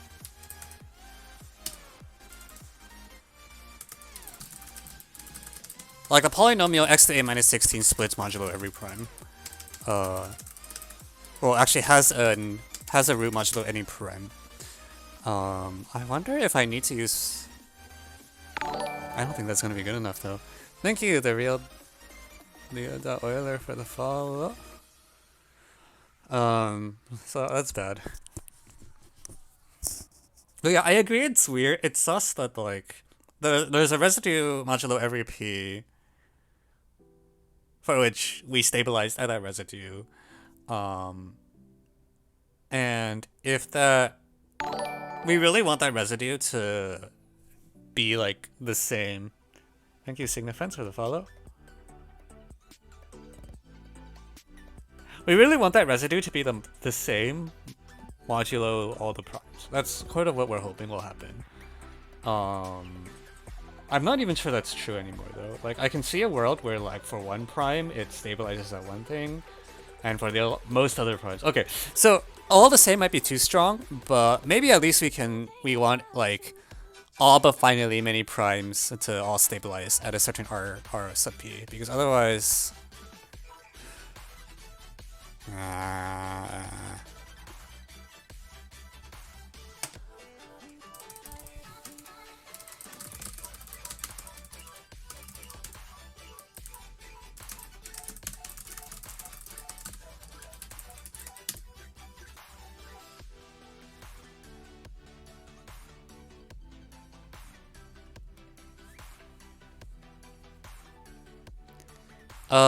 it implies, yeah, okay, I agree that we might not need...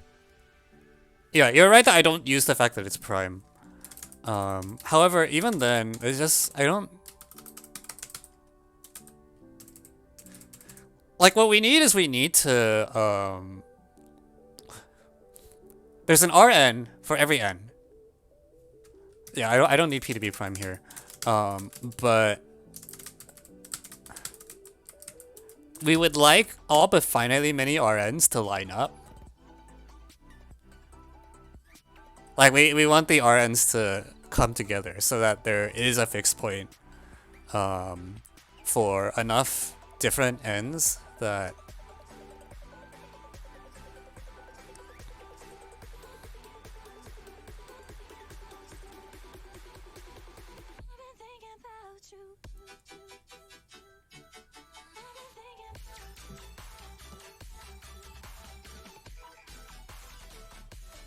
Wait, oh. Wait, you want to say the fixed points are factors of P0.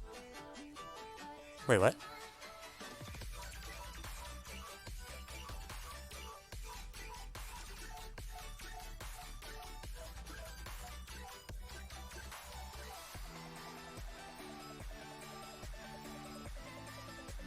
Hang on.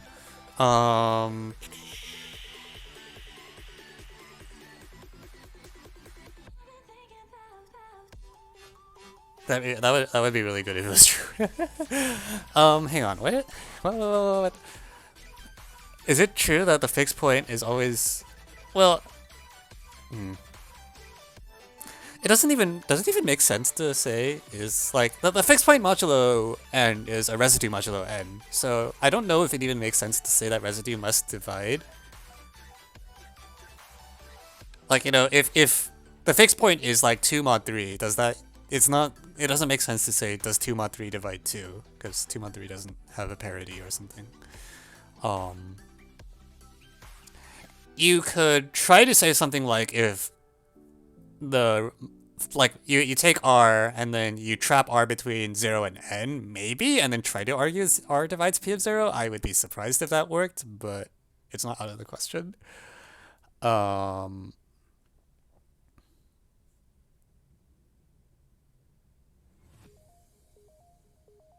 Q equals 0 mod P0, so 0 is P. It gives you Q, or if R is a fixed point. Oh, yeah.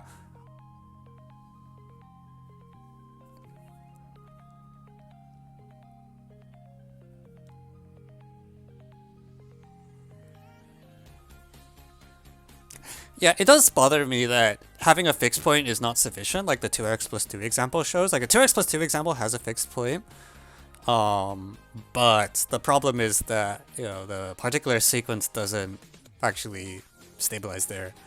But even if there is a fixed point, it doesn't promise that your sequence is eventually constant modulo n. Because the fixed point for the 2x plus 2 example is -2, and the modulo 3 that just never shows up.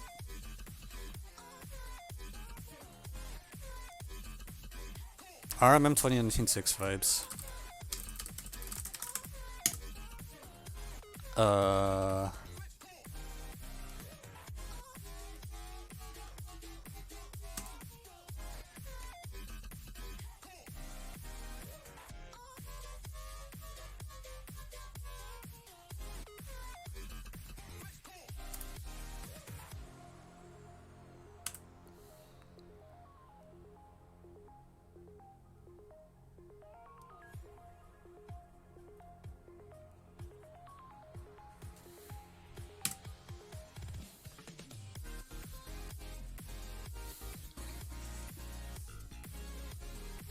Yeah, so I think my problem is I don't even know what I expect the answer to be. Like, P of 0, 0 is pretty good, and fixed point is neither is...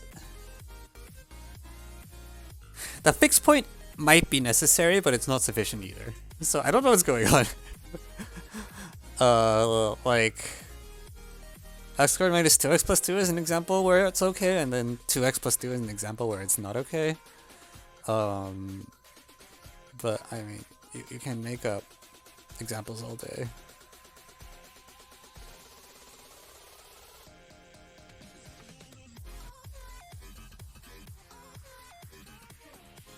Wait, actually, hang on. Can I just like Oscar like? Okay, hang on. Hang on.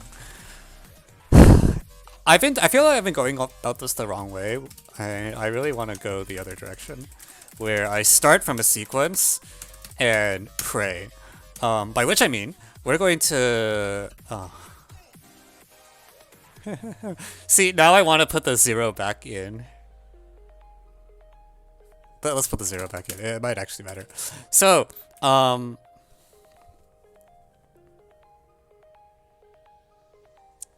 like, if P of 0 doesn't divide P of 0, we're screwed, right?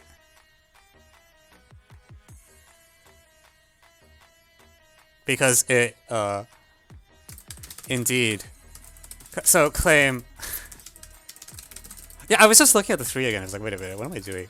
If P of 0 is not equal to plus minus P0, then let n equals P of 0. N is double P of 0 to get a counterexample.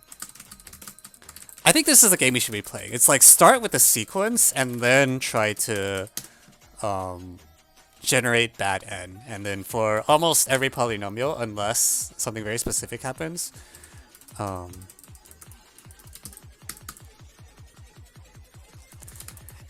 yeah, so in fact,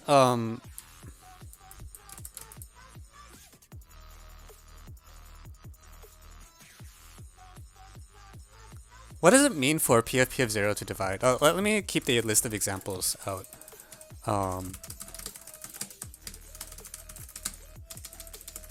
So examples. Well, we'll write interesting examples actually. I was supposed to think, like what examples are some good data, which is so constant and P of 0 obviously work. And then we saw x squared minus 2x plus 2 works, writing off the fixed point P of 2 equals 2, since P of 0 is equal to 2. And then P of x equals 2x plus 2 shows the fixed point is not enough.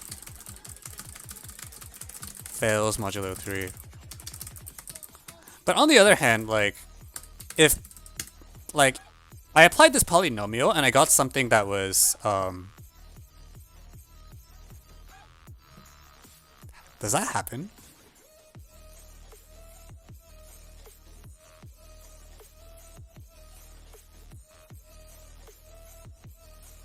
Like, is that a thing that can happen?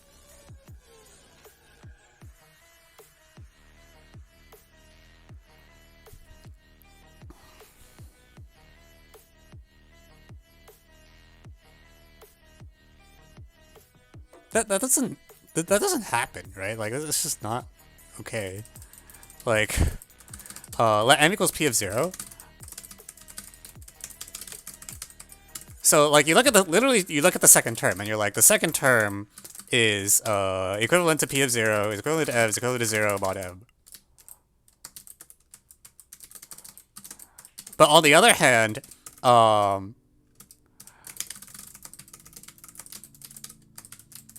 this doesn't happen. Like, if p of 0 doesn't happen to divide m, if it's a larger multiple of m, then you look at it modulo that thing. So in fact, we need p of 0 to either be plus or minus p of 0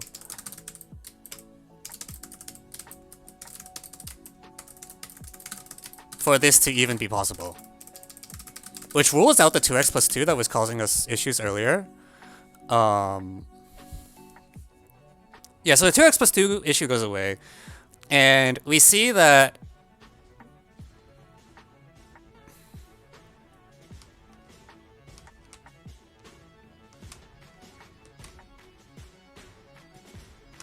so if p of m equals m, you're definitely okay, because the sequence then reads 0, m, m, m, m, m, m. And so the only other question I have is if p of m, remaining case, if p of m is equal to minus m, what happens next? And what you say is the sequence has started 0, m, and then minus m. And I guess... Are there any examples that look like that?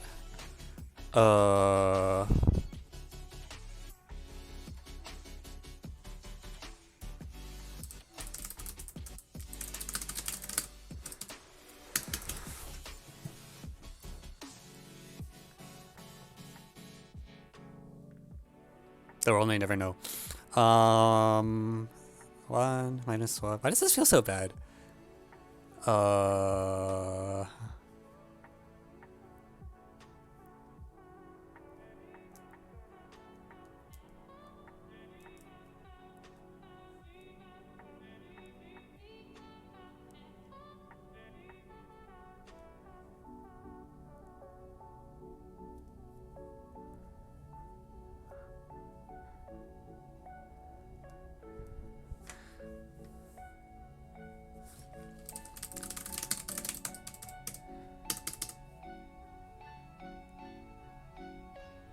I feel like I should just be able to...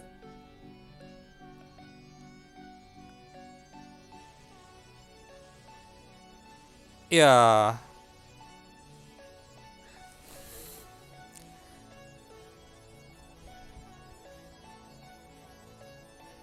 So if p of minus m is equal to minus m, then the sequence is minus m forever.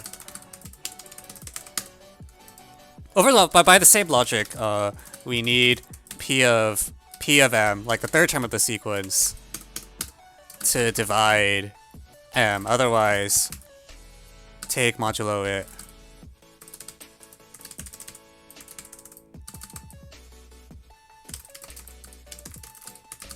We get a disaster. Because it will be a multiple of m. Like every number in the sequence is fated to be a multiple of m now.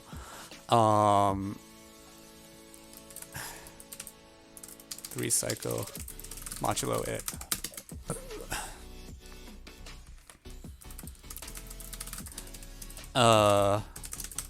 So if p of minus m is equal to minus m, then the sequence is minus m forever after, and we're all good.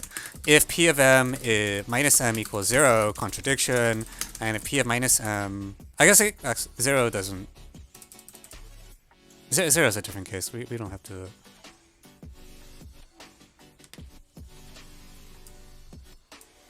Sorry, modulo 0 is different. If modulo 0, if n equals 0. Yeah, so if you get another 0 in the sequence, then you're screwed, I think. Because then the sequence is legitimately periodic, and then, you know. And the only other case is, you know, if it oscillates between m and minus m, it's also a contradiction. So I feel like this means that, like answer, either p of 0 equals, either p of 0 has to be a fixed point, like p of 0 equals p of 0, or p of 0, or p of 0 equals minus p of 0, and p of minus p of 0 is a fixed point. And the only question I have is, does the second case actually happen? Like, is there a polynomial p? And I feel like there probably should be. I don't know. Is there a better description of this set? Like, I feel like normally when you do a math contest, like when it says find all, there's sort of this implicit promise that like when you find the correct description of the set, it will be extremely obvious that it's the that you cannot give a better description. Like you might get the answer n is prime, and like, you know, there's no better description of prime. Or you might get a finite set, and then you write down the list of elements. Or you might get like set of even integers. But here I'm not actually sure whether I'm done. Like, I don't think there's a better way to describe this thing because there's shit like x squared minus 2x plus 2 that works. But I legitimately don't. Well, okay. It's like p of x is like x minus a constant plus a constant times any other polynomial. There, that's obviously a final description. You can't do better on that.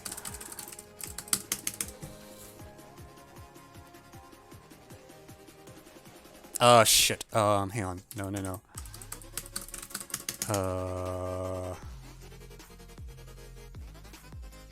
Yeah. But I don't know about, like, does the second case ever actually happen?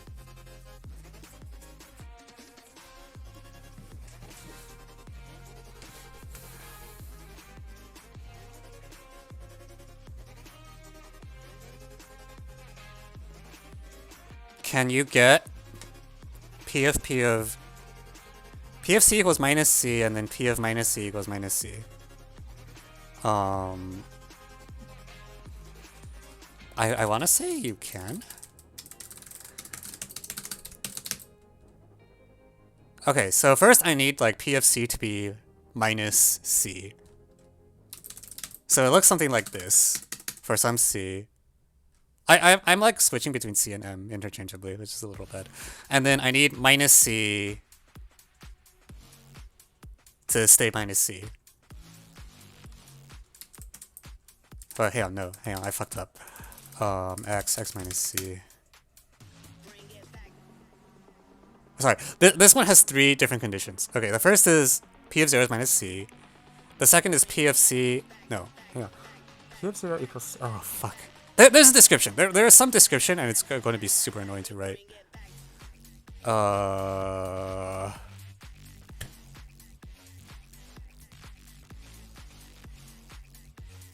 Fuck. Let me do the annoying condition.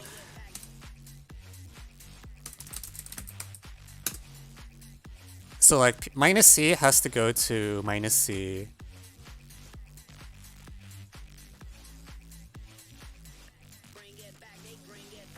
Actually, there might not be many cases where this happens. Fucking heck. So, okay. We know it has to take this form.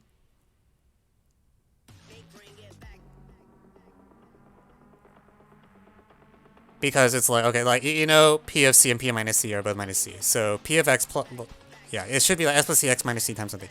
And then you also know, and plug in x equals 0 now to get 2c equals like q of 0 times minus c squared. So there's like a small finite number of cases where this can happen. I don't really want to work them out. Like 2. Like c equals 2 plus minus 1 plus minus 2. And then like, this is obviously, you cannot get a better description than that, I think. Like you pick a value of c, and then you let q be any polynomial for which the constant term happens to equal exactly 2 over C. So I think that's a final answer. Is that? Is there anything else to say? Yeah, C squared divides 2C, so it's like any of C equals plus minus 1 plus minus 2. And I don't think I think that's a final description. I don't think you can do better than that.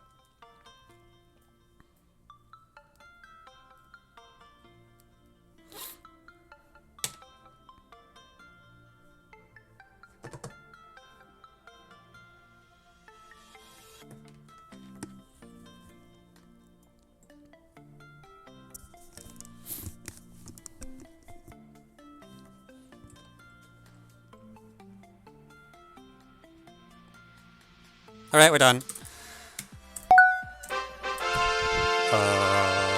Yeah. Yeah, so I was right, the third case doesn't happen too much, but it still happens quite a bit. It's like, you pick whether you want C to be plus minus 1 or plus minus 2, and then you,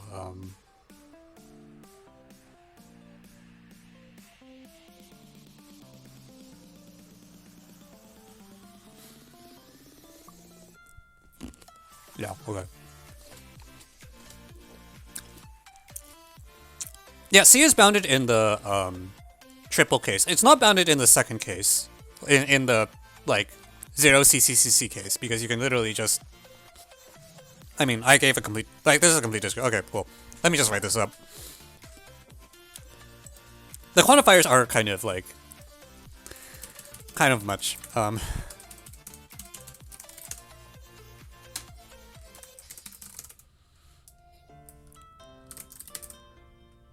What's the source of this according to AOPS?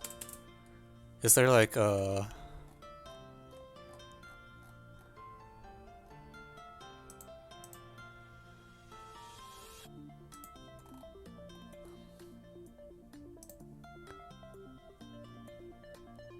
Malaysia SST?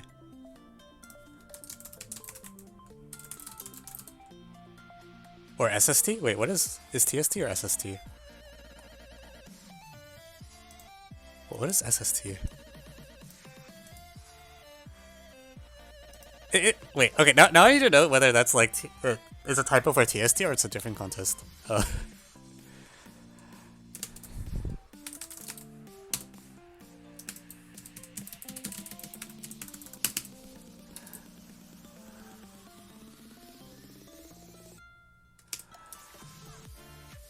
Okay, so we're going to postpone writing the answer because the answer is really annoying. The main claim of the problem is the following: is that the sequence must take is can be the sequence is either 0 0 0 0 0 C C C 0 C minus C minus C for some integer C.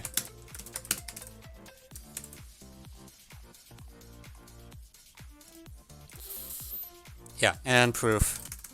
If p of 0 is 0, we're done. Oh, this is a fancy version.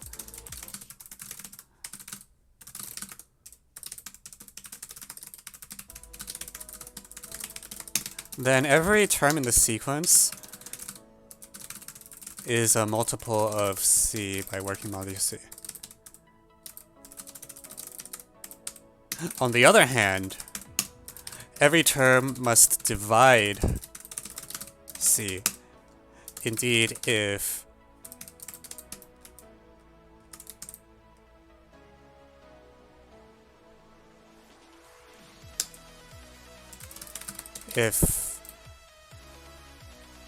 some term in the sequence is a multiple of C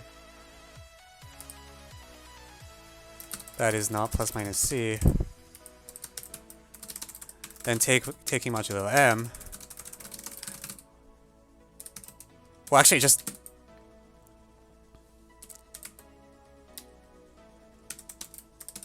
IE must equal plus minus C.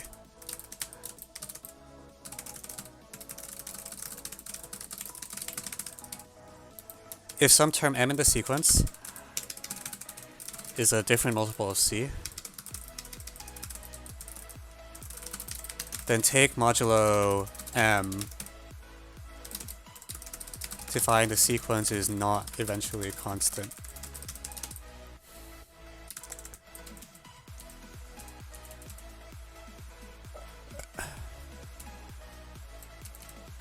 Modulo m.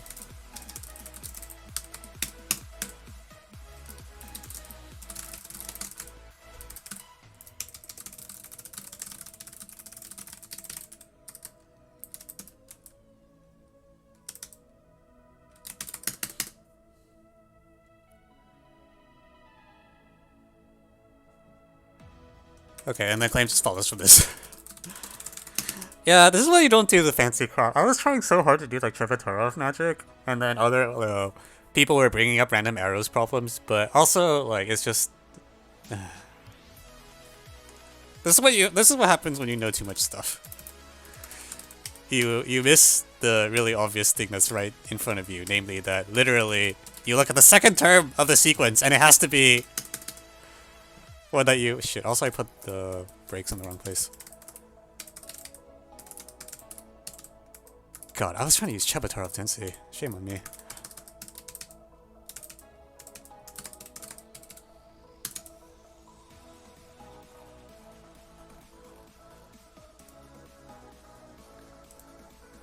Just literally look at the second term of the sequence. It is already good enough to do almost all the work.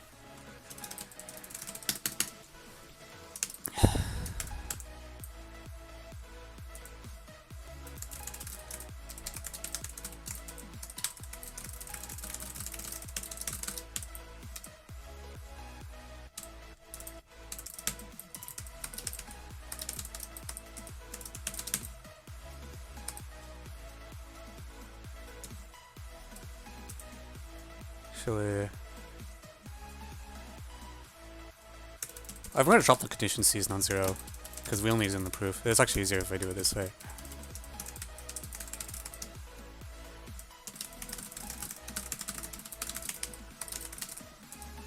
C and Z.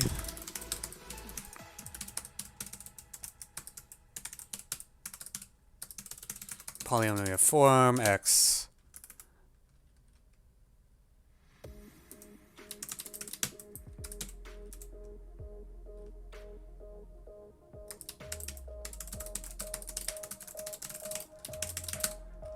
What did I say it was? Q of I needed Q of 0 to be like C, like I need like fuck.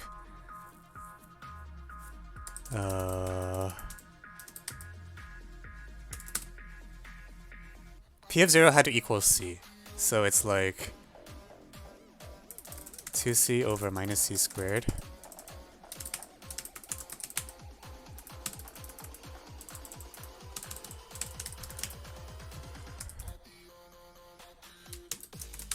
Hence C in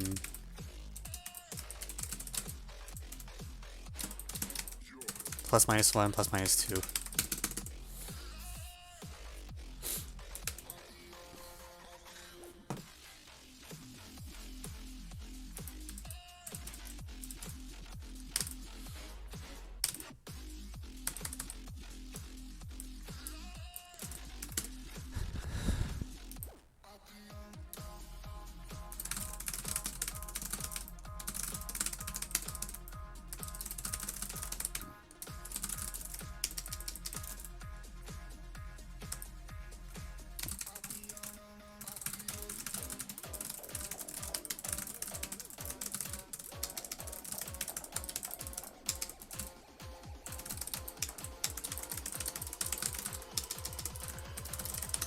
For some C, which is equivalent.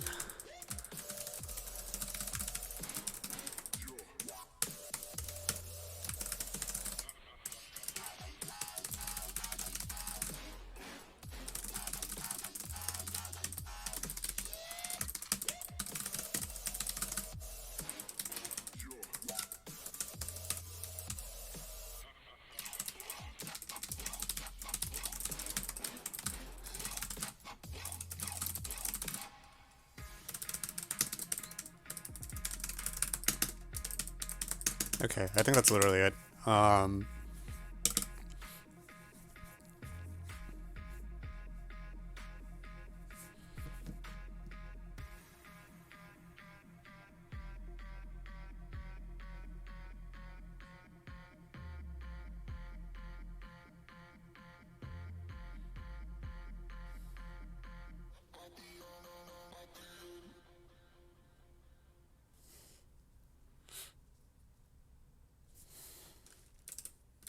Yeah.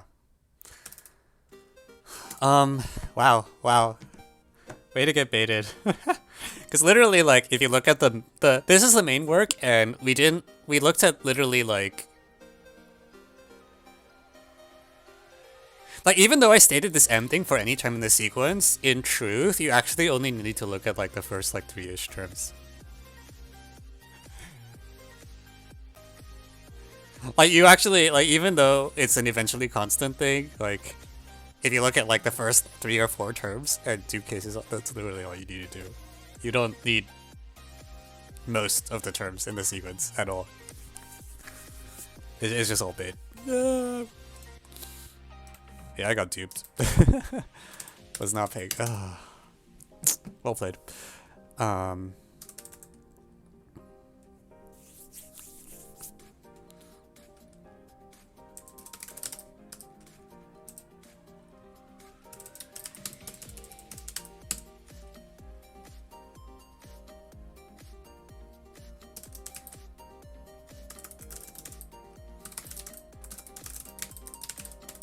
Yeah, I'm gonna write this a little more.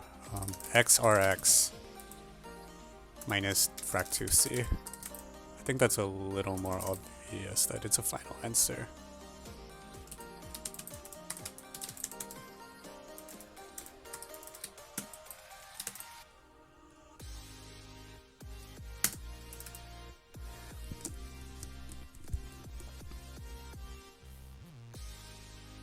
Actually, no, let's keep it the way it was.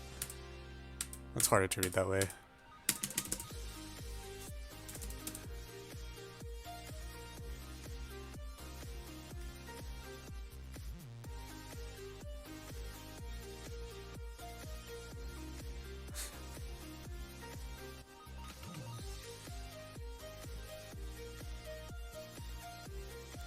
Okay.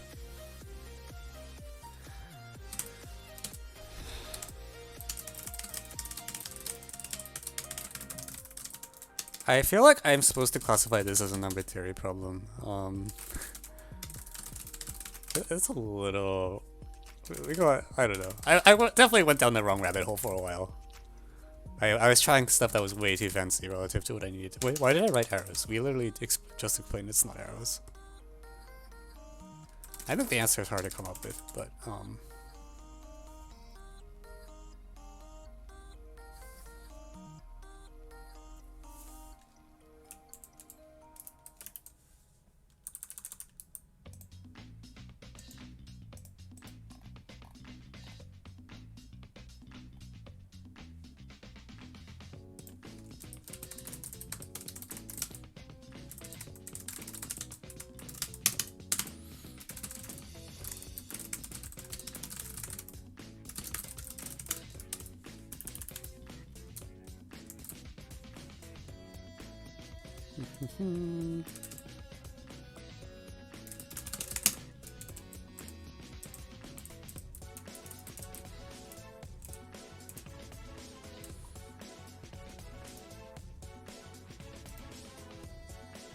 squad selection test?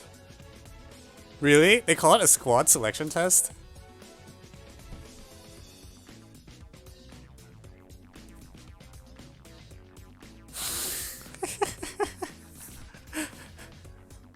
Wait, where did you find that?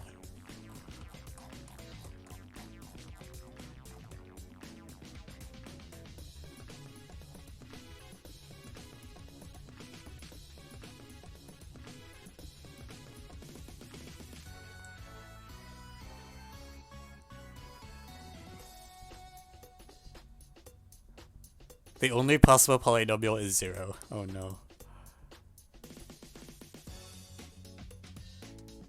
Oh, I see. Can I just write TST so that I don't have like 10? I'm already worried that my database has this alphabet soup where like every contest has like this different abbreviation, and I was like, alright, well, we'll respect the contest organizers and use the correct abbreviation. But also, oh my god.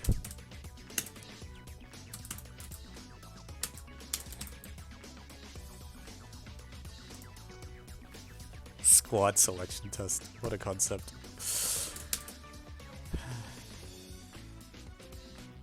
Yeah, TSTST is definitely a worse name. I honestly think that my... Oh god. Oh, see, the problem is if you use squad selection test, the problem identifier doesn't get detected automatically. Like, I would need it. Okay.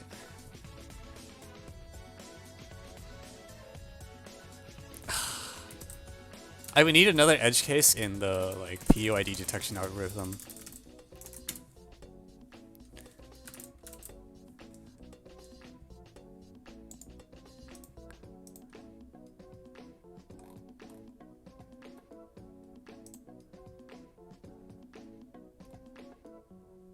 Oh yeah, okay. No, there's a TST and then an SST, and it's actually...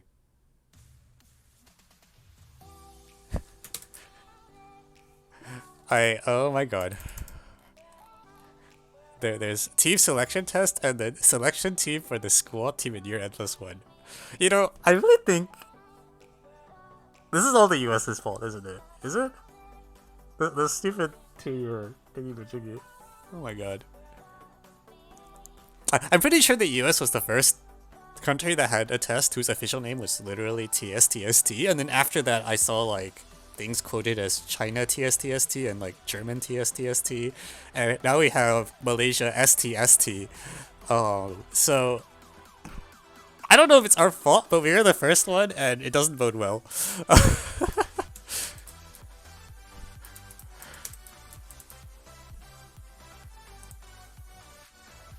What do we do next? Yeah, I might do the almost sure. The ellipse next. Okay, I'll use SST, but it's gonna... I wonder if I do TSTST, the algorithm, the POID algorithm takes that and decides it. Okay. We'll respect the contest organizers and put SST. I'm just unhappy about it because it means the POID for this will be a random hash because SST is not a special acronym in the source code.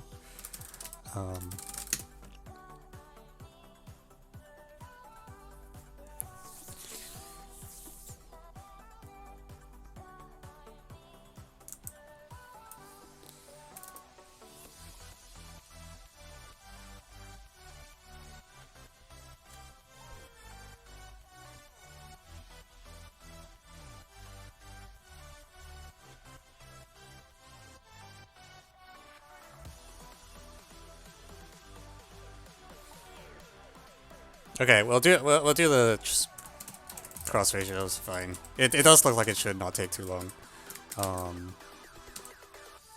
So fine. Today can be a geo day.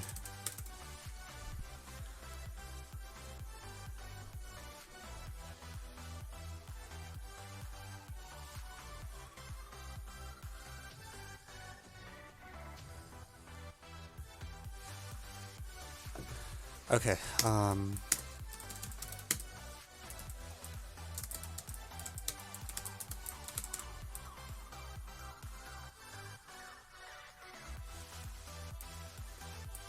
but I lost where I starting. So I am not a competitive programmer, contrary to popular belief, but there's a thing called useco.guide, which I'll link, which I think is basically considered the standard thing to start with now. So if you use that to get into it, it's probably too hard to go too far wrong.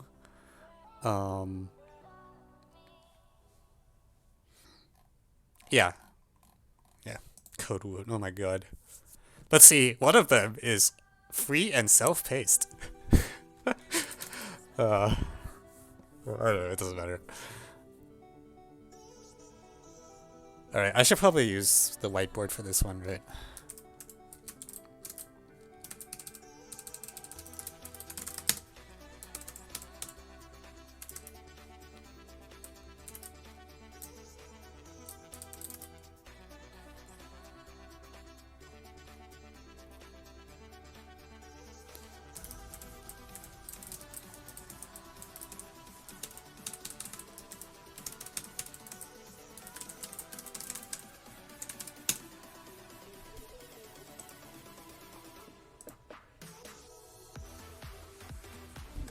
Where is my stupid tablet?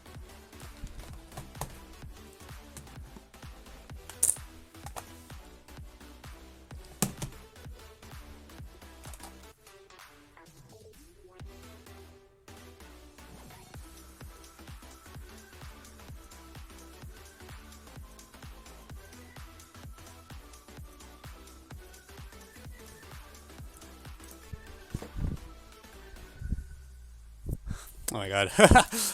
We still have this from last time. Alright, let me export this to save it.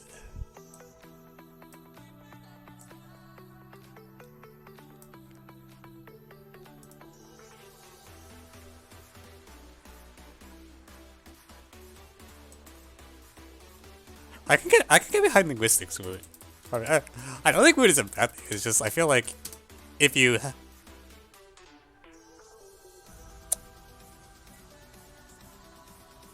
I feel like you should look at the free stuff first before you decide you want to invest money in like more like other stuff. Like at least at least have any sense of what the world around you looks like before you start paying money for things, I think.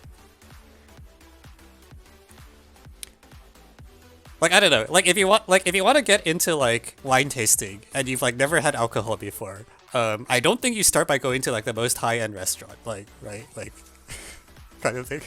I don't know. This doesn't matter. Where was I?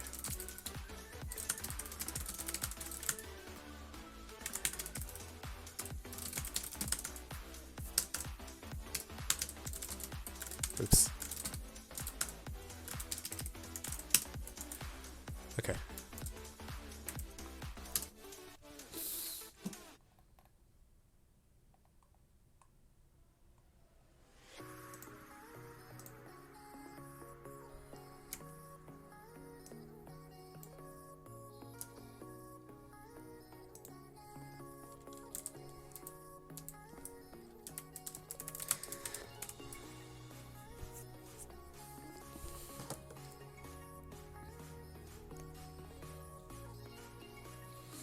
Okay, welcome back to some cross-ratio stuff. So, in this problem, you have fixed points A, B, and C.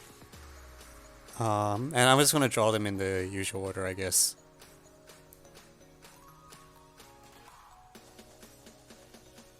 And then you have like two new points, D and E. And you'd like to construct a point whose cross ratio is... Can I persuade you to use X and Y instead of F and G? Actually, all these point names suck. I'm sorry. I'm going to change all the point names.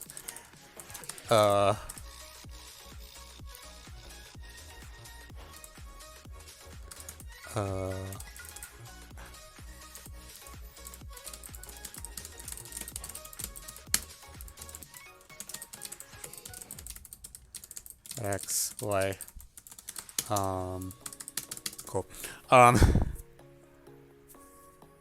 Yeah, we're gonna...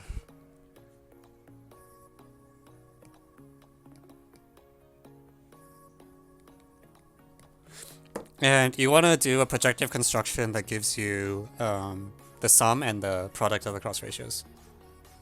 Shit, it still says... Okay, fine. We can use D and D. It's fine.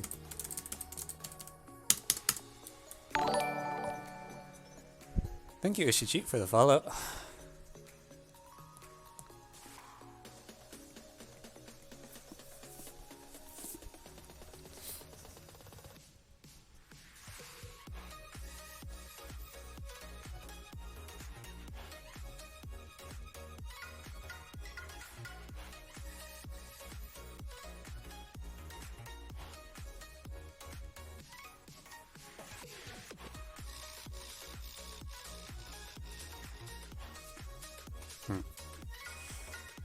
I don't actually.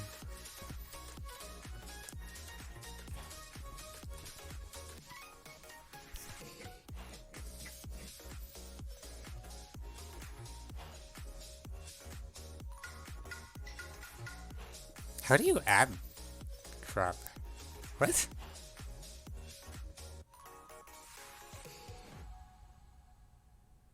But also, like, what does C... Like, C feels like it doesn't do anything, right? Like, it literally just scales everything by...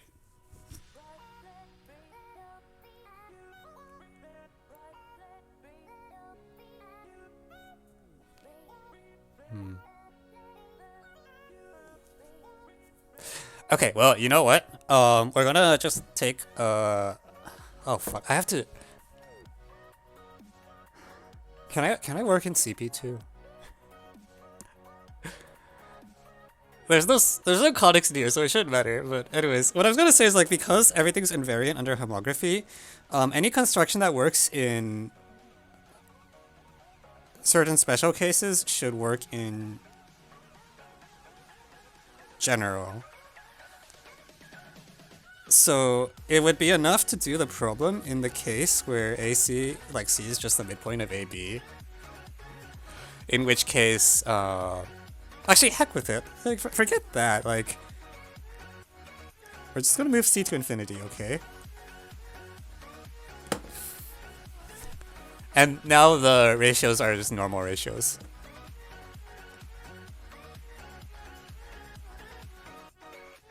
Wait, something's wrong.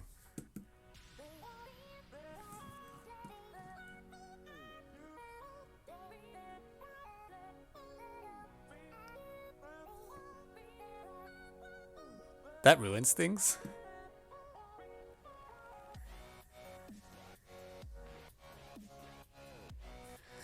No, it doesn't. Here's why it doesn't ruin things. You're allowed to... Oh. Okay, I guess it's hard to transfer the description. No, I think it's fine. No, actually, you know what? It's fine. Everything's okay, alright? Everything's great. I don't know what you're worried about. The world is a beautiful place, and this is going to be C equals infinity. By which I mean I can draw lines through it with my ruler that pass through, my lovely point C. Alright. That's how we'll get parallel lines. And so that way I can actually do normal geo. So this is C, alright? It's very friendly. It's like, yeah. Everything's great. Yeah.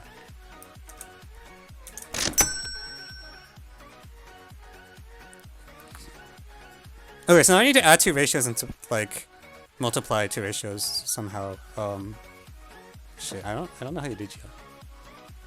Evan, you might regret this. What? I can't. What do you mean? It's fine, right? Like, I can straight edge with infinity, by which I mean you're allowed to draw a line through any point parallel to the baseline, which seems pretty good. I don't see the issue.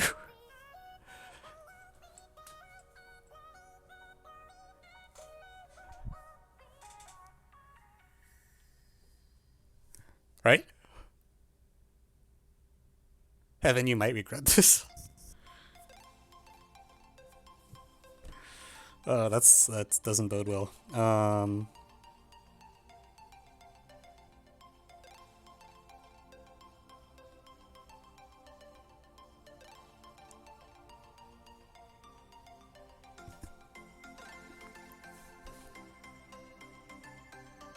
Okay, so someone wanna do like either of these? Like, how do you add two ratios? I actually just don't know. How do you multiply two ratios? That should be easier, right? Like,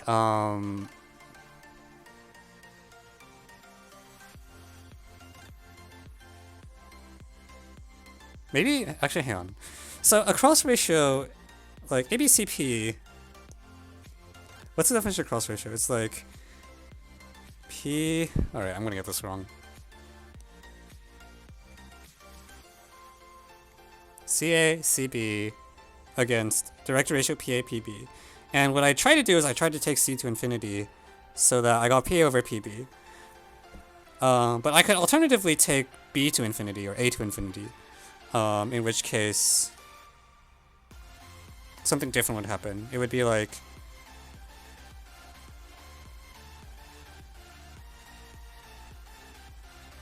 I feel like it's easier to work with like the inverse of the cross ratio.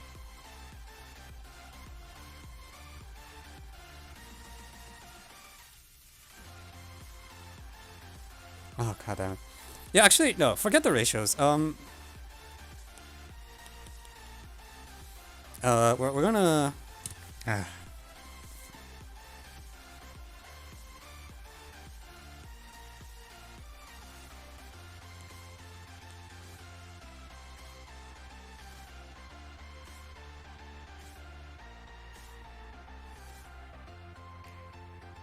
we're gonna move B to infinity, okay?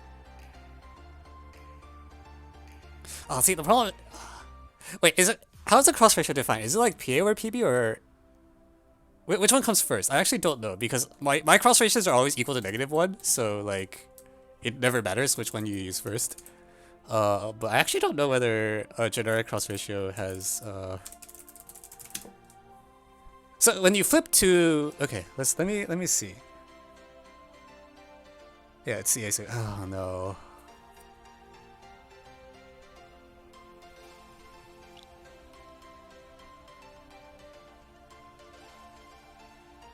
Okay, we'll put A in infinity, okay? Change of plan. We'll put A in infinity so that I don't have to flip the notation. So now A is equal to infinity, everything is wonderful, because now there's no ratios anymore. It's when A is at infinity, this dies, and you get PB over constant. So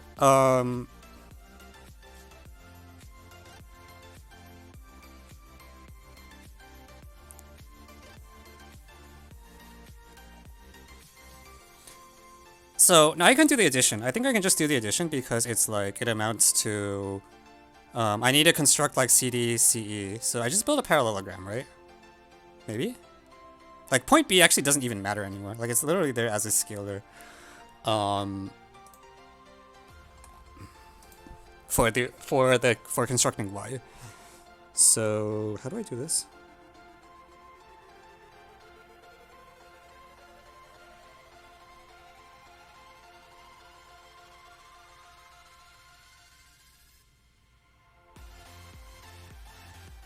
Well, okay, here's what you do, okay?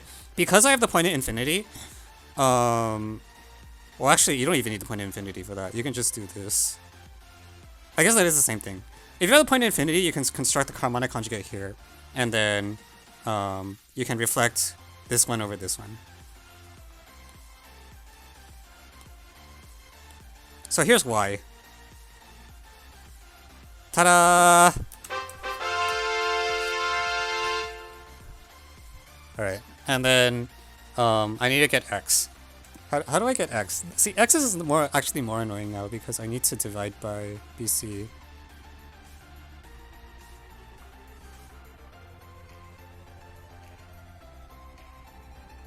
Shit, I miswrote.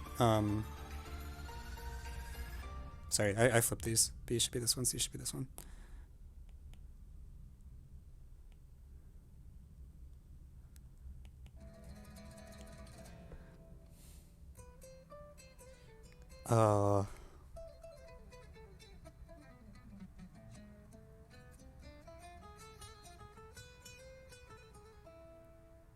So I want to construct the point X such that XD over constant times XE over constant equals wait,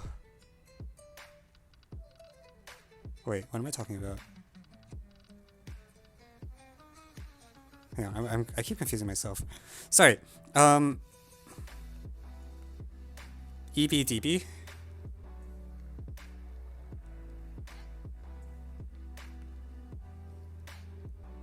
Not there.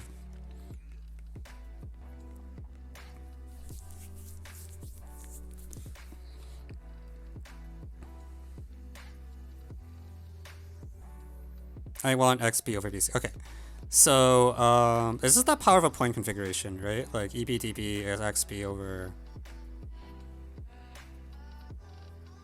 You can do that, really? It's just a straight edge that can draw magical parallel lines.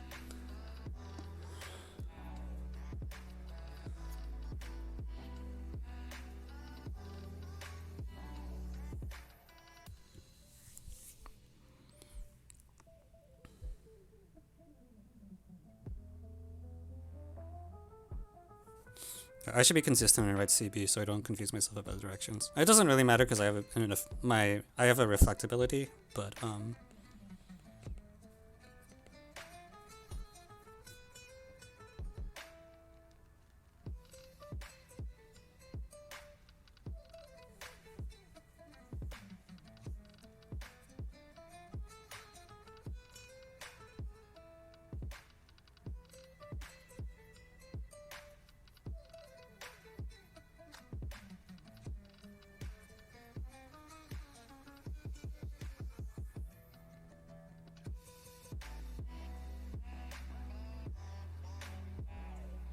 yeah, it comes down to like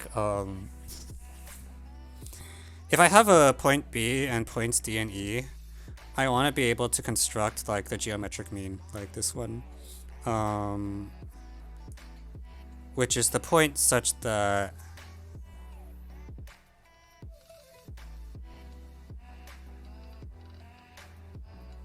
I should know how to do this. Hang on. How does this work? It's like when I have this circle here. Sorry.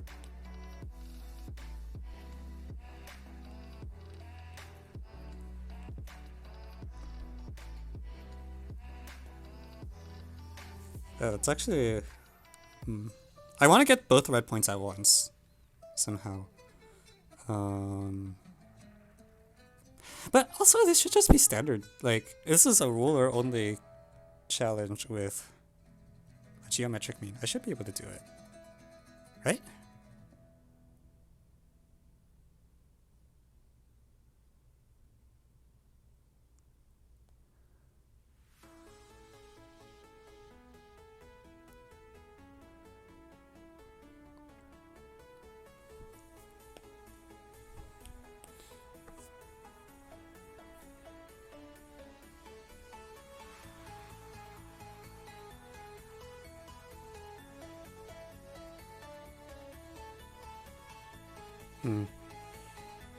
How does Y work? You construct the midpoint M of DE, which you can do because you have point at infinity, and then you reverse the construction to like reflect B over that midpoint, and that point is Y. Because the point is this ratio, like,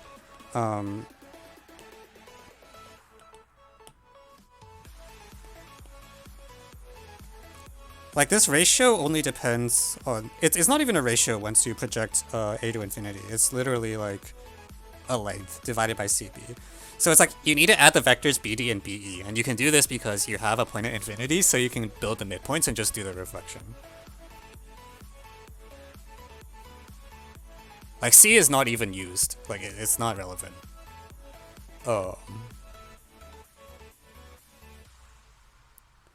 And the same thing really should kind of just work for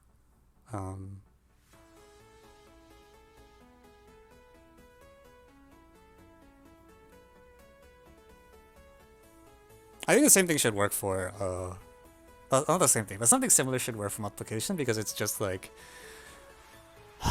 I wanna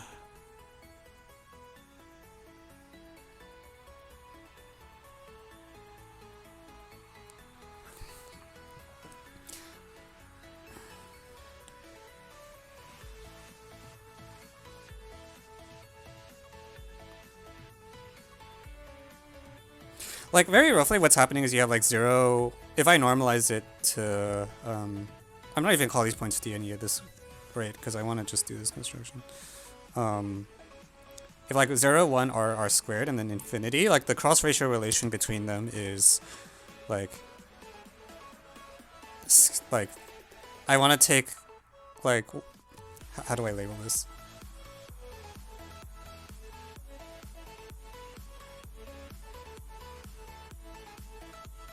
Yeah, okay, whatever. It doesn't matter. Here's infinity, alright? And so we take a line through 0 and infinity. Or not through 0 infinity. Like we project these here or something. And then through here.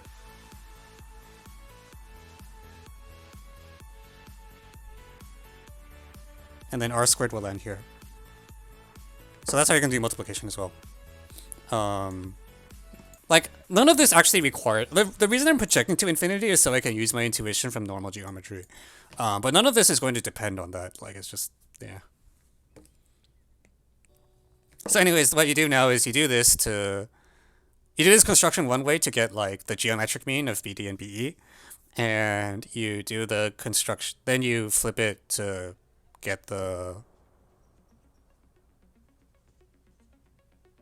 whatever. Yeah.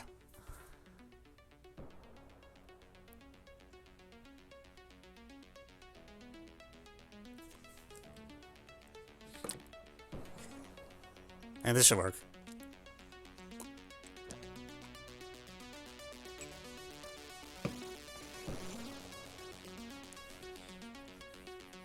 Yeah, so X seems to require, like, well, they both require an auxiliary point of some sort. It's sort of like M is like you need to be able to take a midpoint and for the addition, and here you need to be able to take a geometric mean for multiplication. But you can, and then it's fine. Um,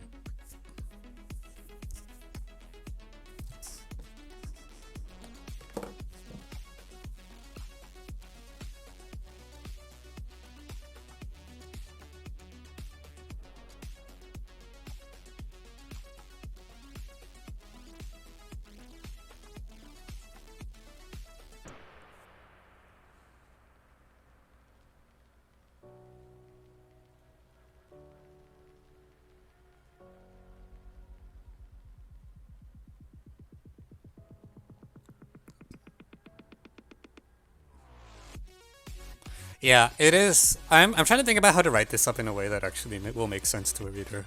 Maybe it's just at this point you just watch the video. Uh,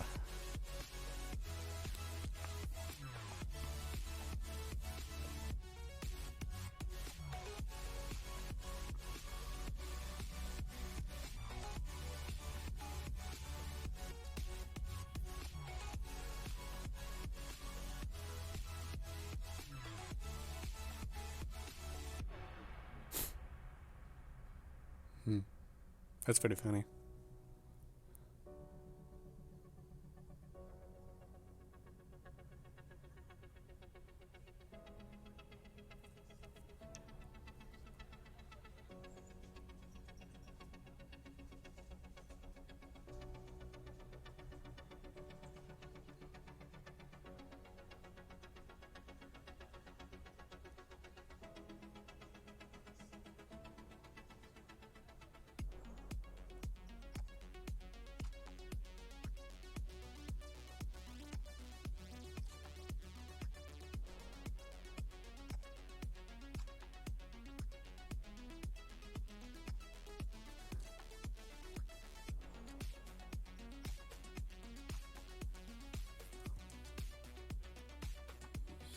Yeah, this write up seems super obnoxious. For the addition one I can write. I'm trying to think how to write multiplication in a way that will make sense.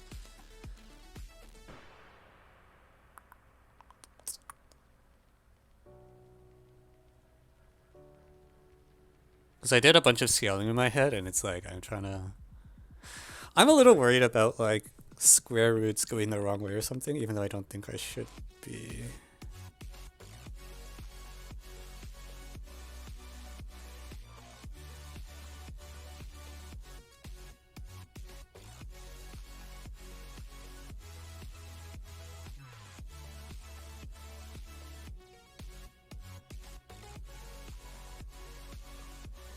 Oh, I see. Sorry, I'm stupid. It's literally like, um, wait, hang on. What? Like if I put C where I wrote the red one.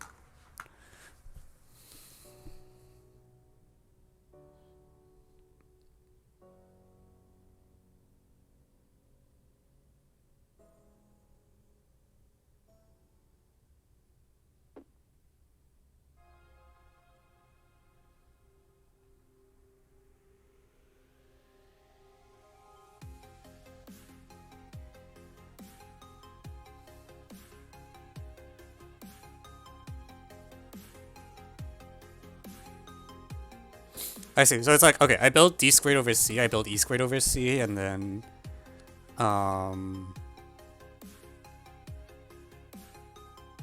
and then I do the construction on the pair.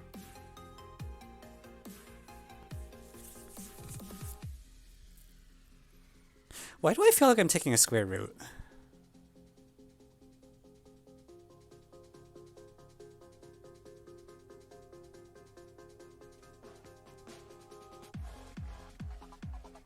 Yeah, I feel like I'm taking a square root. I feel like that's not okay.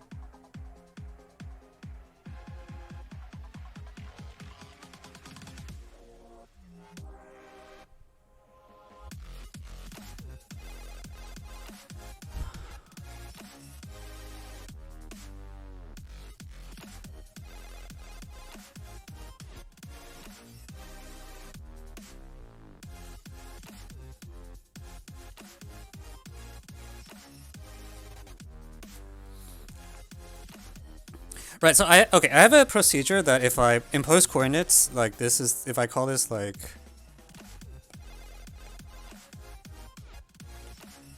let me give these names. If I want to avoid taking square roots, as written, this gives me a coordinate u, v, and then like v squared over u.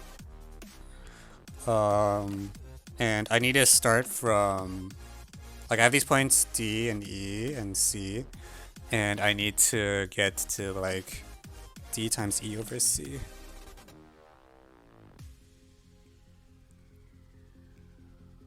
So I think the root is like, I build D squared over C, and then I get, I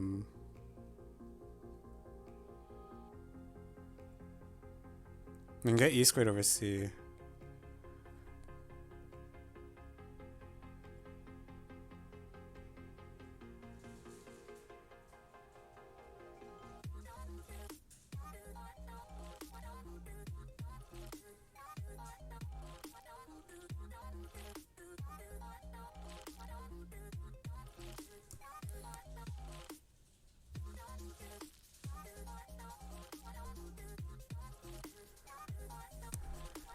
Like addition is constructing. Okay. Wait. I feel like I'm getting a square root, which is like really annoying. Okay,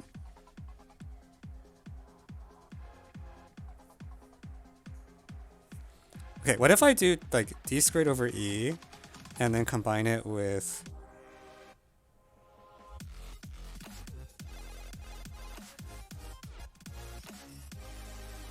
D squared over C? Does that work? It's like D to the fourth C squared.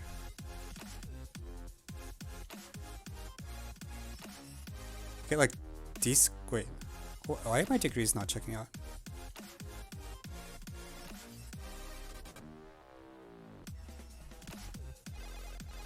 D squared over C. Square over U.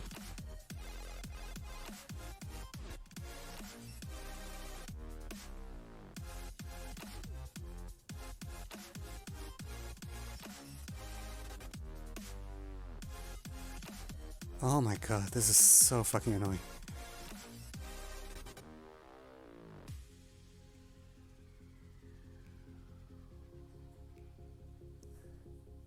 Hang on, wait, what am I missing?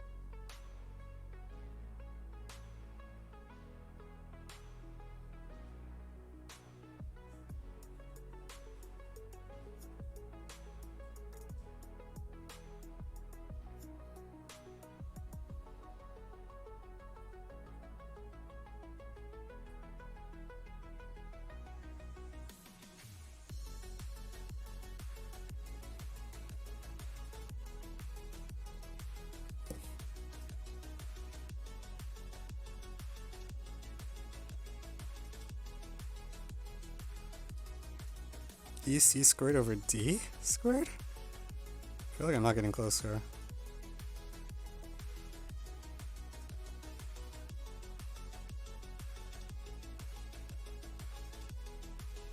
Hang on. Wait. Fucking.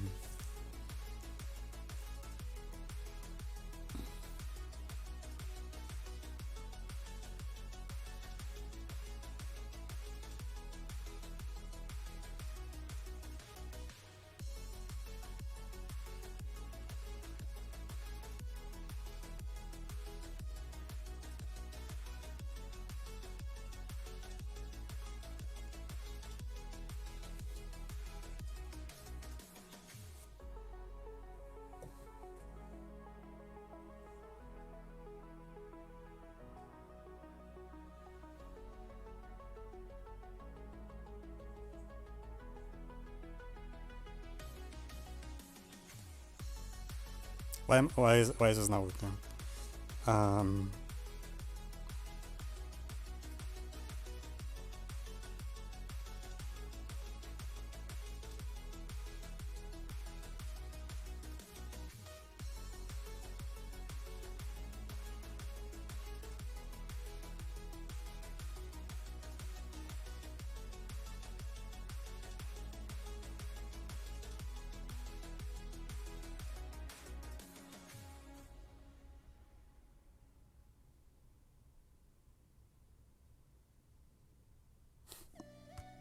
Wait, does anyone see what I'm missing? Oh,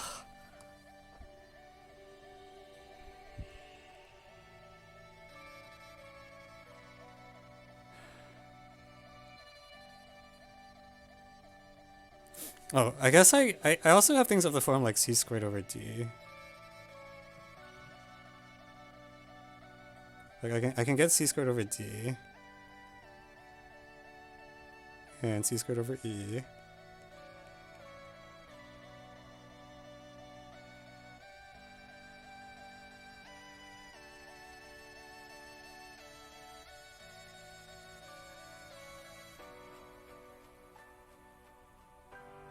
So I can get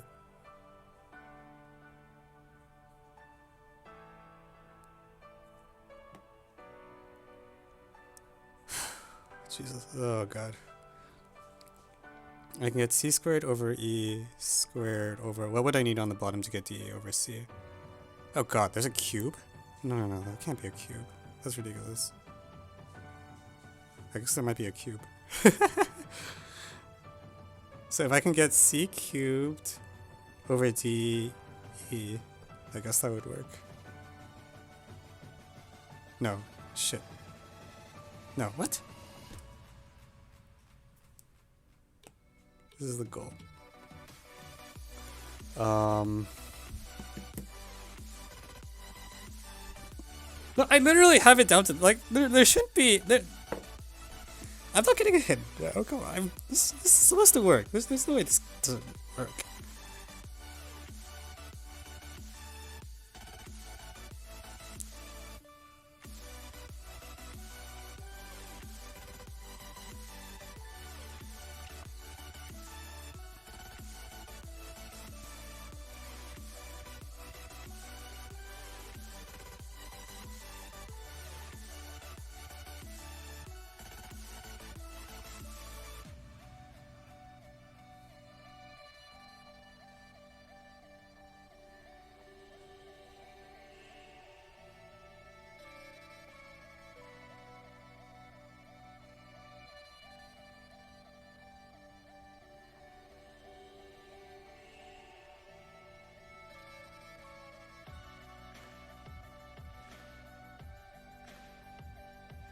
Wait, actually there's a mod 2 obstruction, I think. I think it's actually just impossible to get...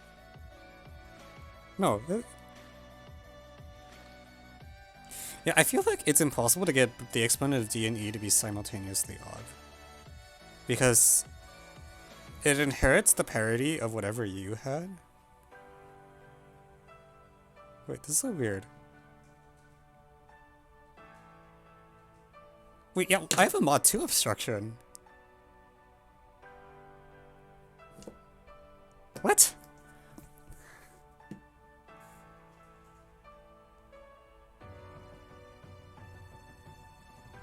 There's a mod 2 obstruction.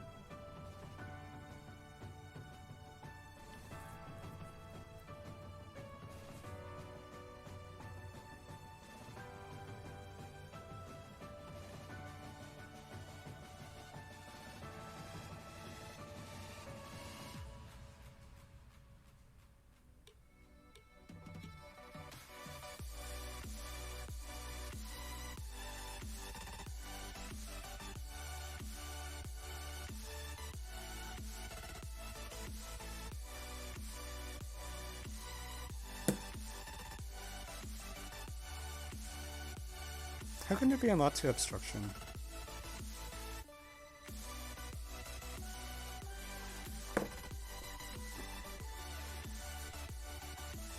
Do I need to like do other shit? No way.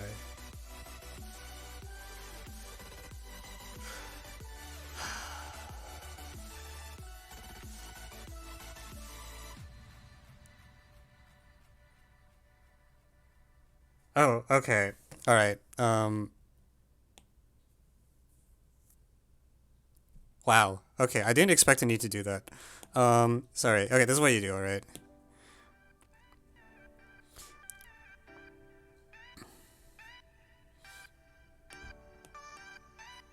So we know how to add, and we can also scale with vectors of 2. So the idea is that you actually need the addition.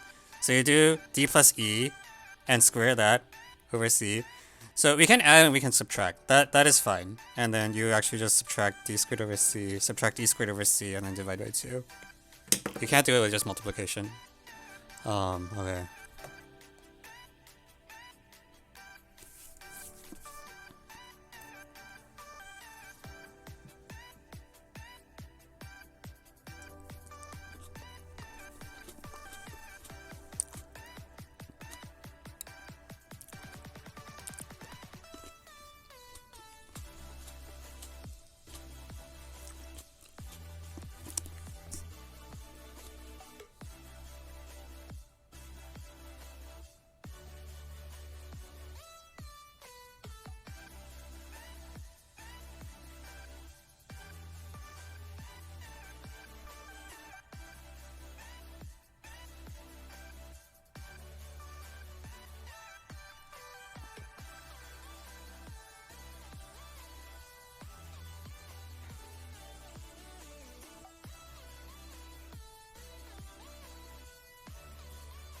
Yeah, that should work.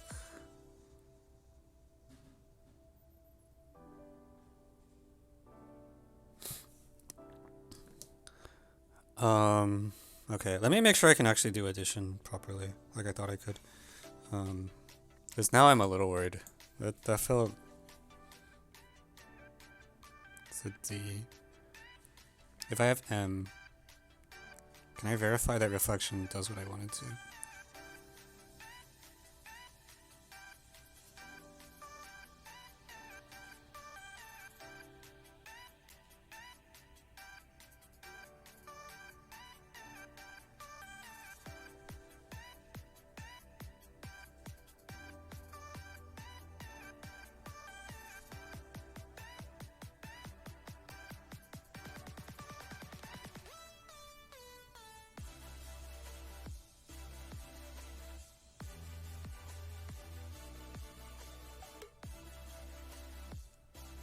It should be the same construction in reverse, actually. Like, DMEA is harmonic, is the point. So I should be able to, if I have M, E, if I have M, A, and D, I should be able to... I think that means I have to draw a third parallel line. There's only so many ways to make this picture work.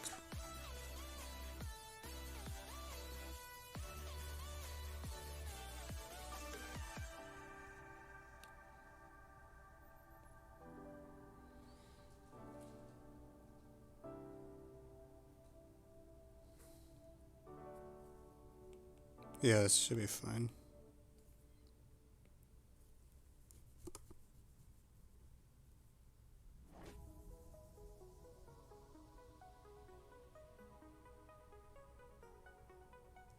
What? Do I need that many lines? Can I do it shorter? I feel like I should be able to do it shorter.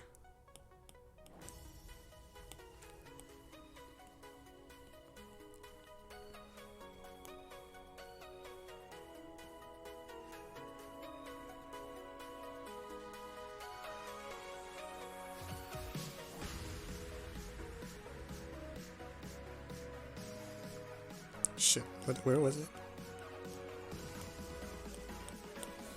Undo.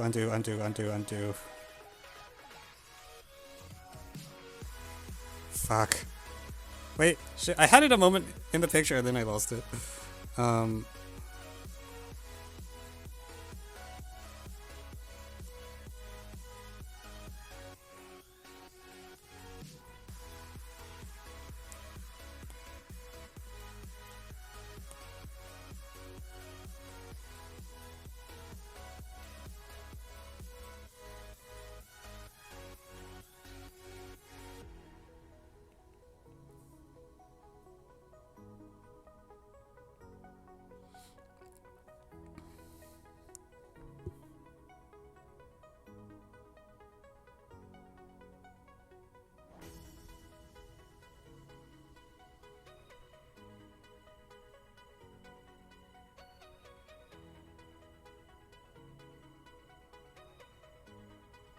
Those should be concurrent, right? This is Pappas or whatever.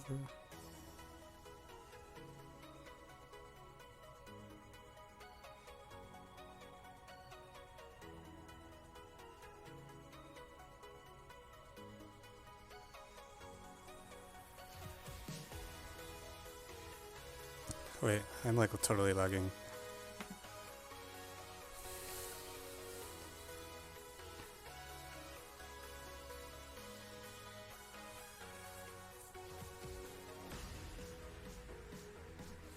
Ugh.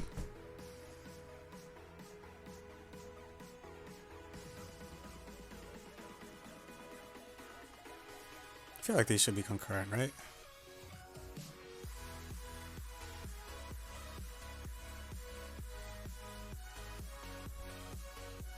Well, even if they're not, if I delete this line, I don't think it matters. Or that line.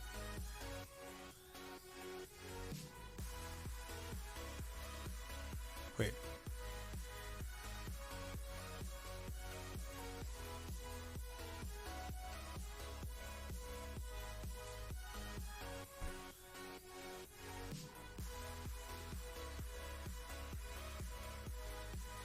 Yeah, okay. You can see that even just from normal. Okay, yeah, that's how you do it.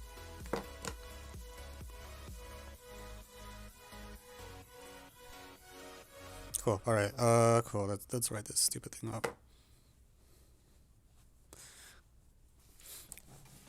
Okay. Cool. That was way more annoying than it had any right to be. Cool.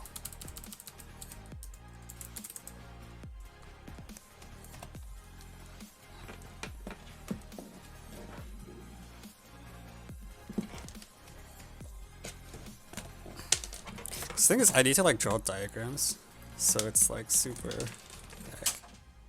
Oh motherfuck.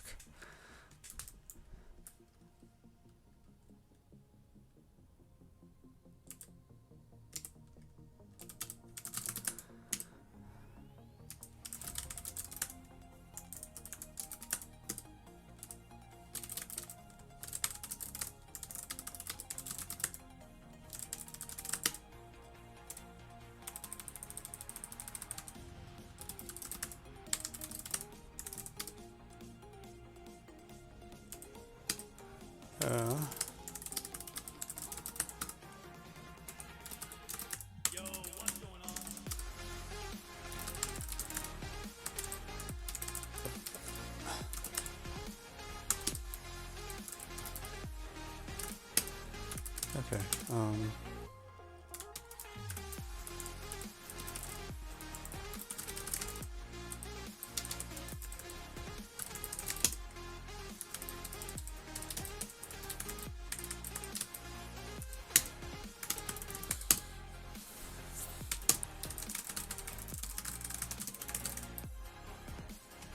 A with infinity, b equals 0, c equals c, d equals d, d equals e. We progressively get the following operations. Claim, given x and y,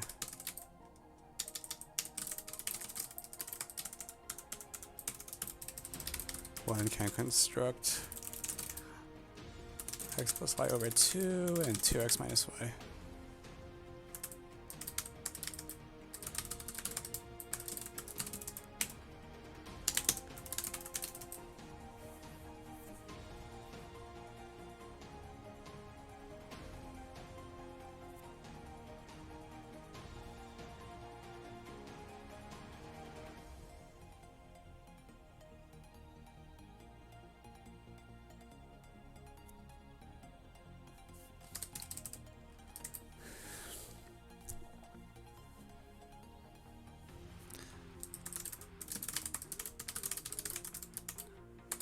Okay, see the following picture. This is gonna be a super annoying diagram to draw. Let's do it.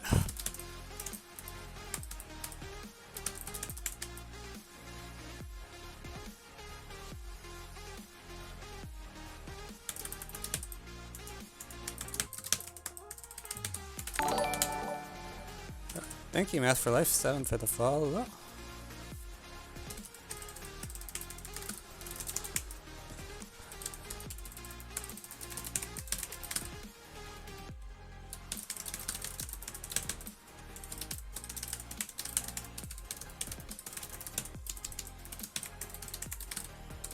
Okay, we'll have to find x and y as like.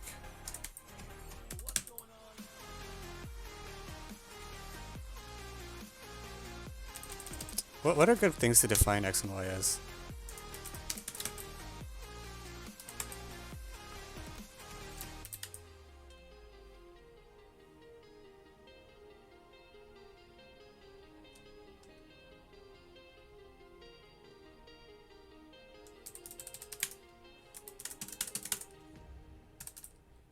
I need like small number. Oh, whatever. It doesn't matter. 3, 4. So the points we'll be build are like. Well, actually, 3, 5 should work pretty well. Okay, so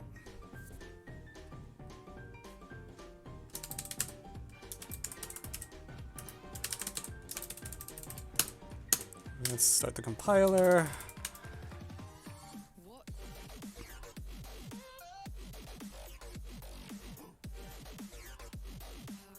Fuck. What did I fuck up?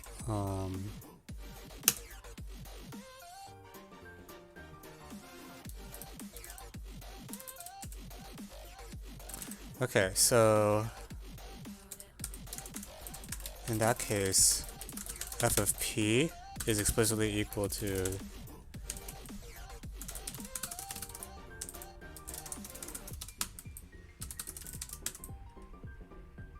CB dB d over c.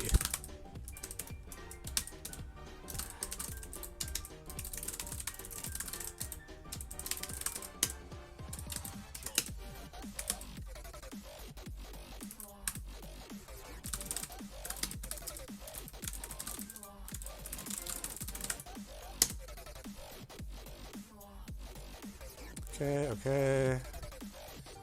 Oh my god.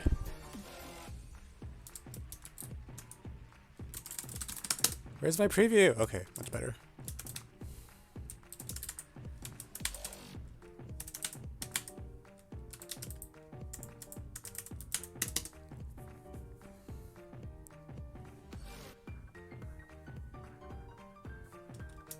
Okay, so I need to make up random point names now. P will be some random point on that top line. It can be like 6.5, 3 for all I care.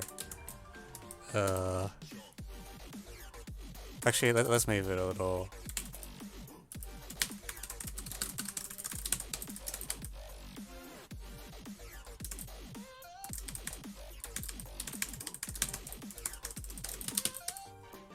XP, YP, XQ, Y, R, pair M equals extension. P is that top point.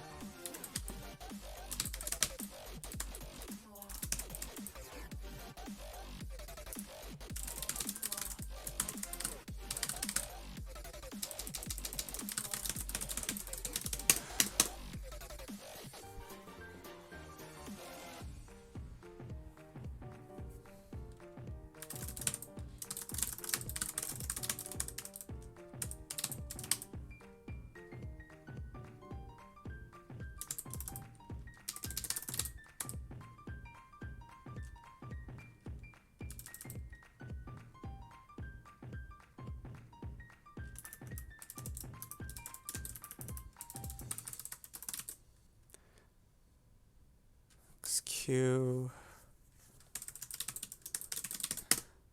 Okay.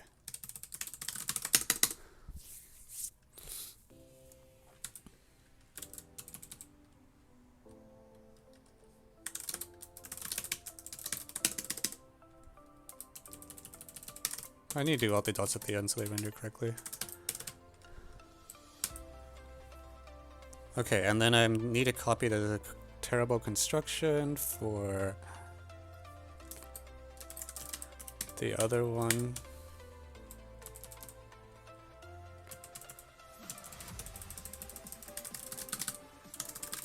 So we're going to take XQ and extend it all the way to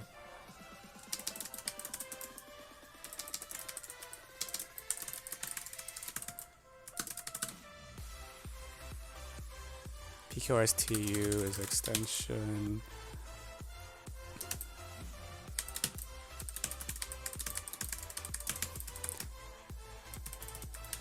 Pair. I'm gonna abbreviate these. Pair J1. Oh. I2, J2, I3, J3. How about that?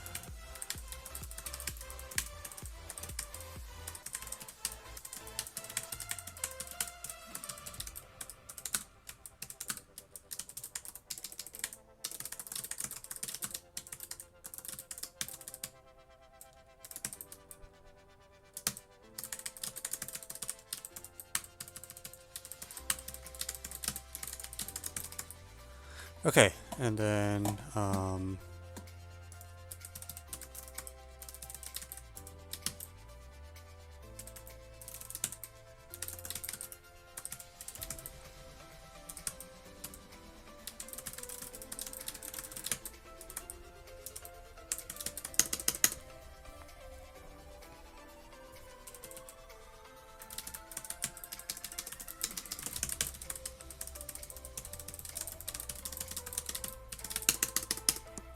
shit. How did that line get tilted? What the heck? Oh, that's why.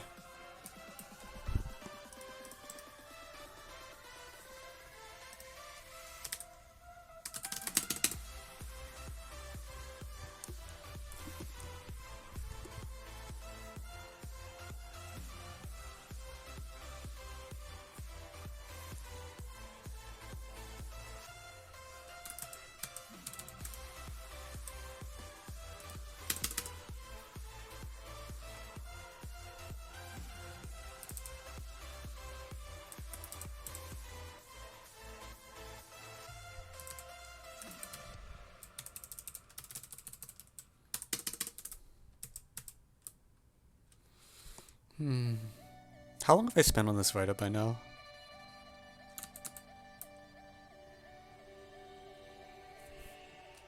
Why doesn't anything else draw? Did I... The frick?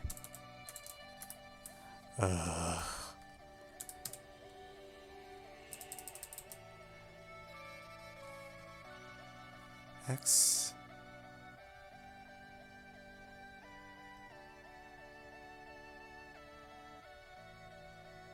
What on earth?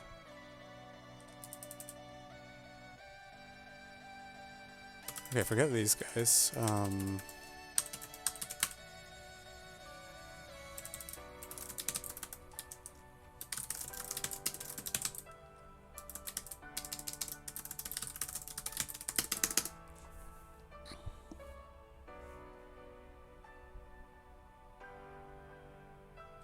Okay, I see. These are flipped. I should...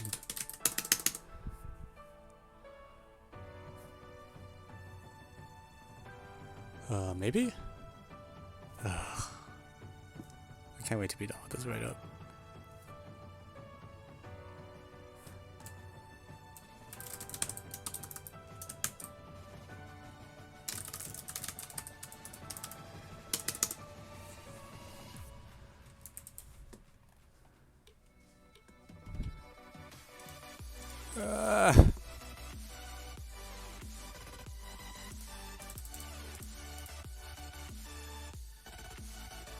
Okay, and then what we do is we extend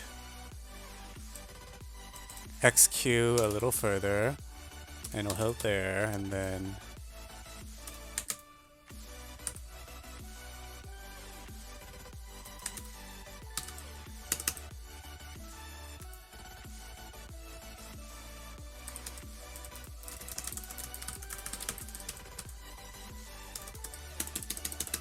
I know, right? What's the playing song right now? Flashback. Yeah. Fuck. I'm so bad at this. Okay, so...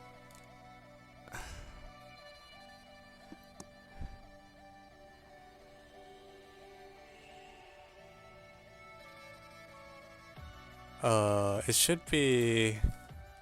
YU. And then pair and well, I'll just call it N because I don't care at this point. PU I1 J1.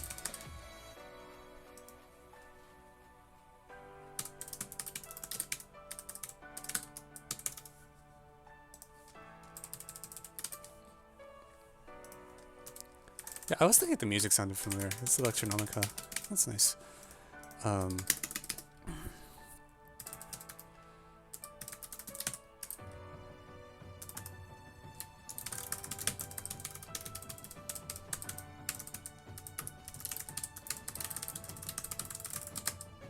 Shit.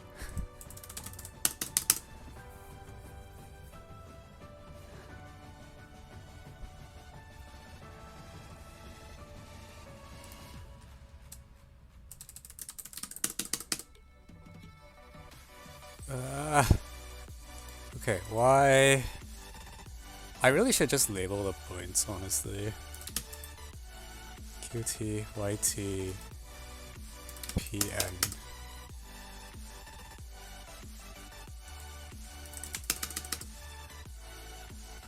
How to submit? I don't know if it's supported, sadly. It would be nice if it was.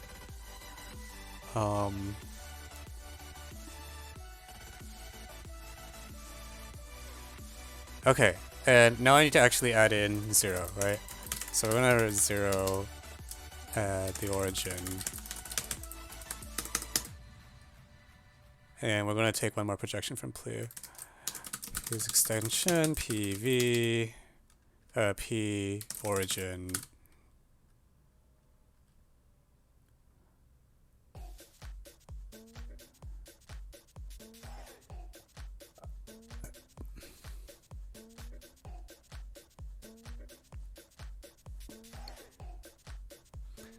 P origin and the top line, I2, J2.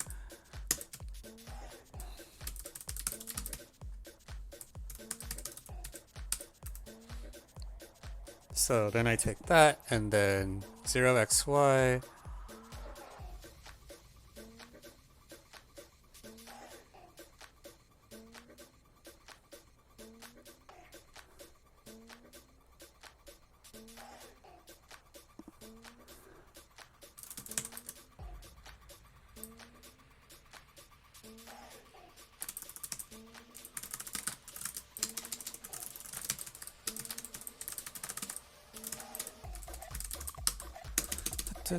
What other problems?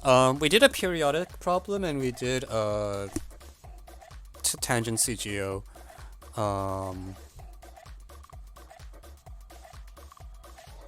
That's about it.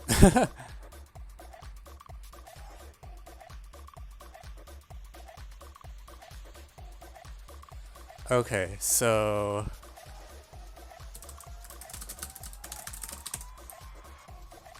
origin P, oh god, Y R.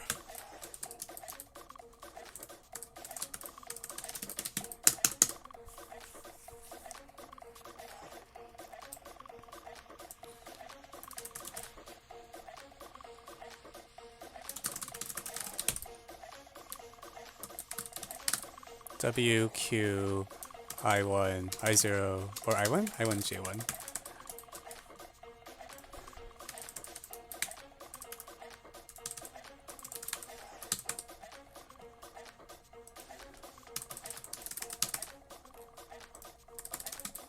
Z, blue. That was way harder than I was hoping it would be.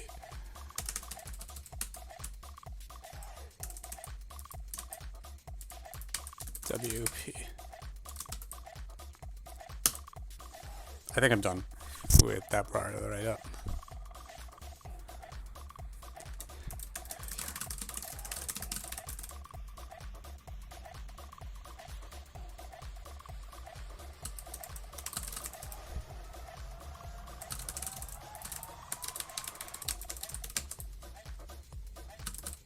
FD is D and FE equals E over C.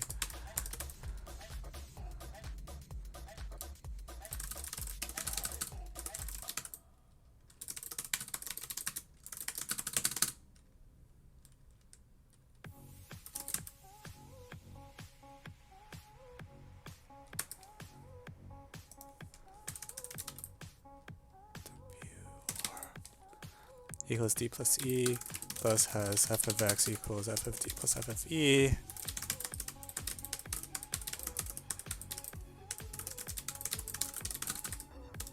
Okay, and meanwhile, the point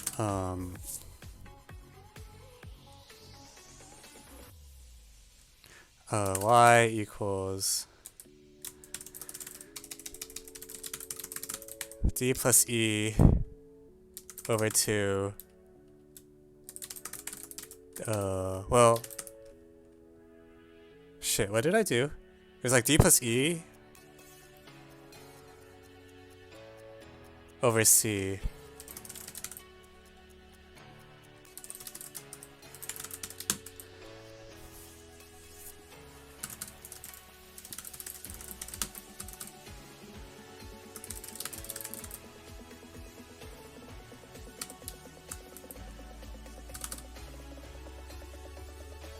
Minus E squared over C all over 2.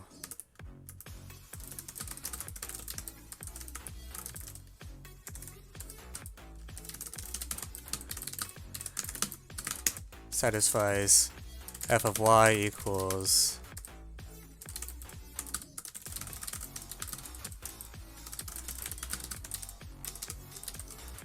D f e. We're done. I'm sorry, I'm really tired. I don't know if I'm going to keep going because it's almost midnight here. Yeah, I probably shouldn't have listened to the request for the... I don't know, I thought this would be quick, and then I got snagged by the stupid square root issue where I couldn't construct the thing I wanted to. And then I got red, blue, green in order. And then I had to actually write this thing up, which is... The problem is, like, you need a picture for the write-up to be comprehensible, and that picture was kind of annoying to draw. And, I mean, we did draw that, but it could have been...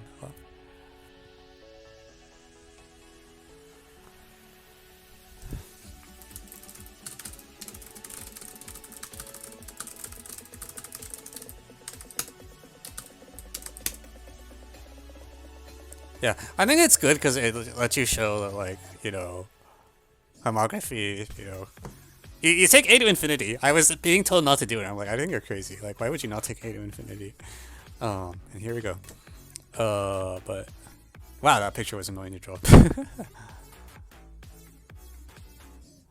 Yeah, make this a little... 16 thirds is like... 25 thirds is like 8 point something, right? So, again...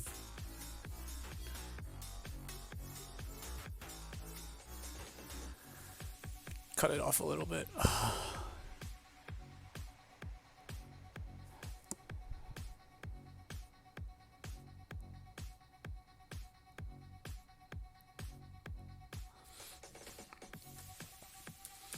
All right.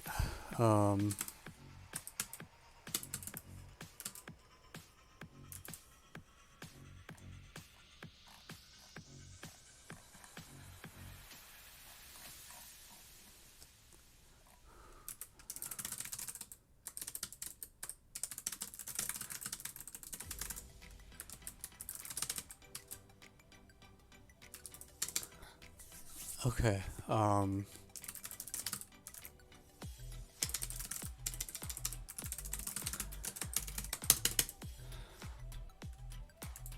What do you mean connecting to chat? Did the chat die? Wait, am I not connected to the internet? No, we're okay.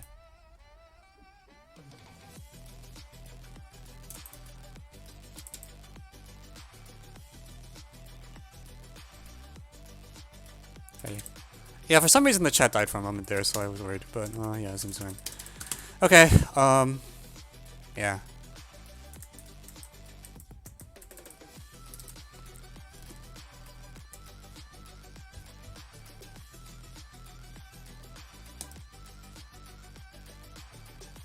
Unfortunately, I don't think any of the last remaining problems are quick, right? Or like, if I want to sleep before midnight, I don't think I'll get any of these in time.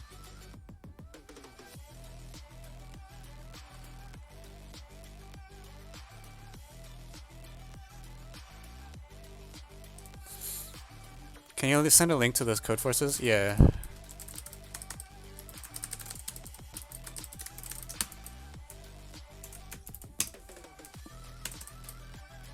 Alright.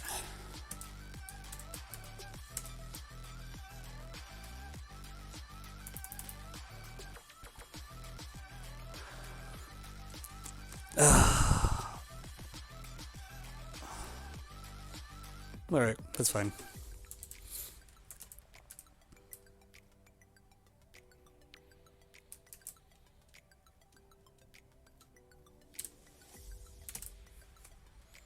It's an infamous problem? Okay. Is that good or bad?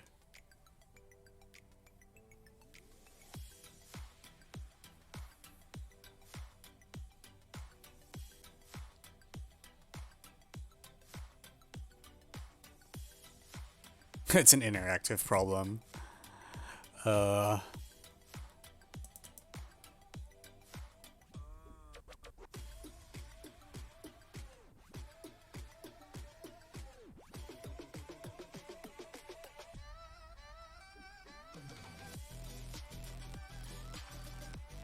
Wait.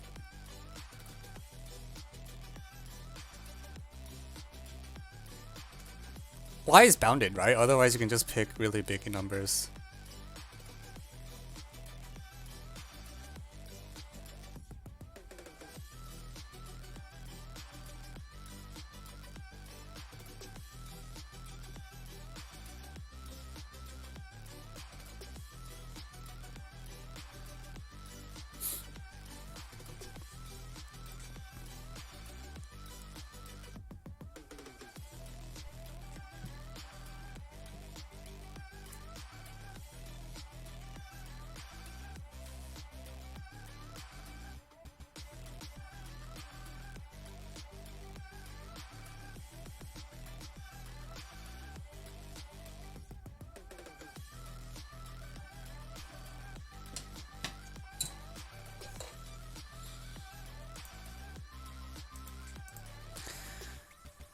Yeah.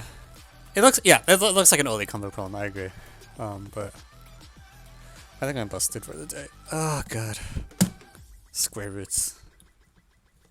Yeah, the problem is when you have a straight edge, it means you actually just can't do anything about the square roots. It's not like I don't know. Anyways.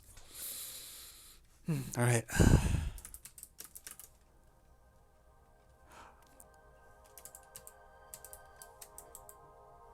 Okay, did that guy who wanted help with compound interest ever get a reply?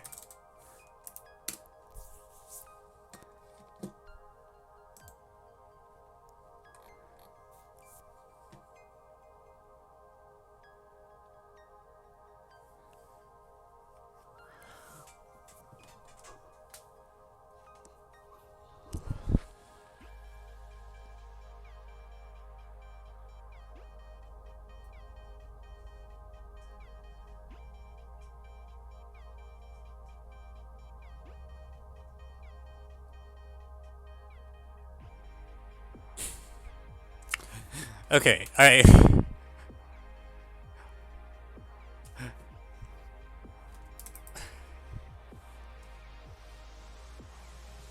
yeah, let's do some school math. Why not?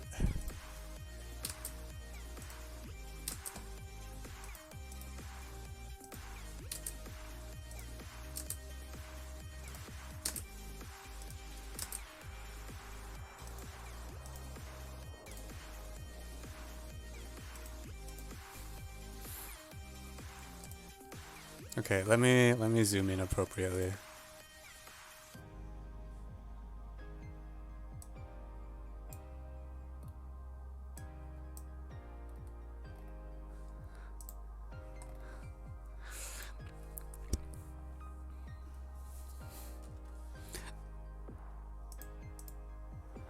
Okay, so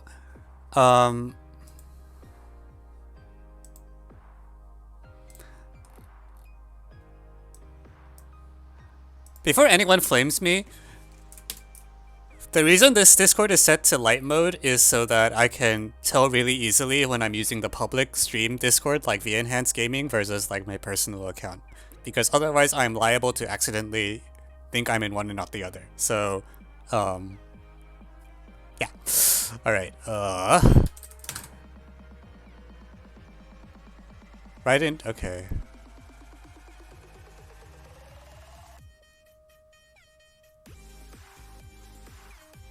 Then again in December. What is an APR?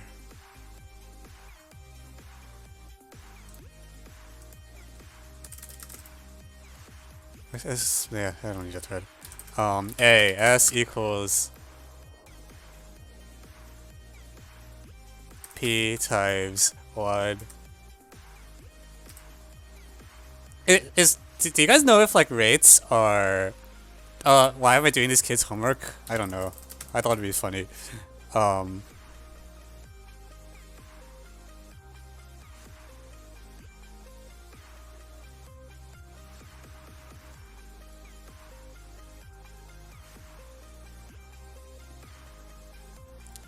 So okay, it's like 5 years, so it's like 10 and 15, right?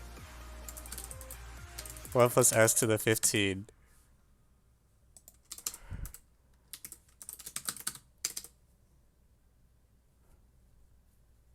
Right?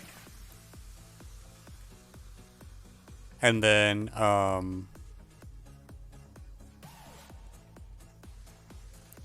divide.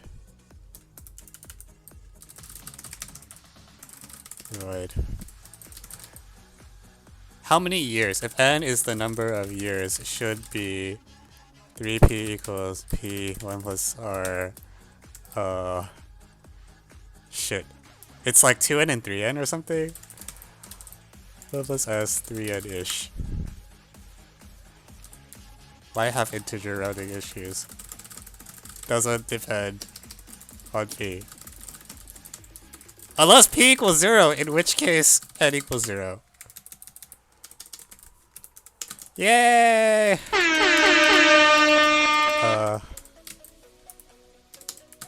Gotta be careful, alright? The school puts these trick questions where if p equals 0, then you don't have to wait at all to triple your deposit.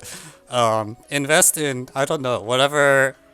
What kind of banking account does this anyways? Whatever, I don't know.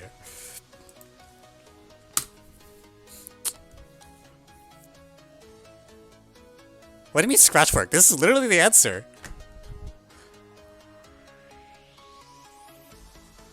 Wait, the rate is weird? Oh shit. Hang on.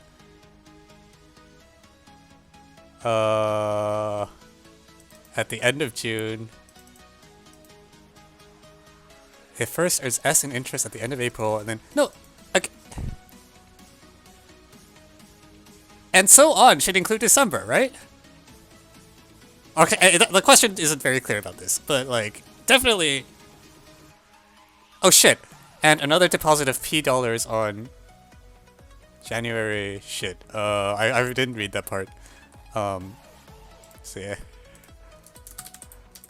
P 1 plus R to the 8.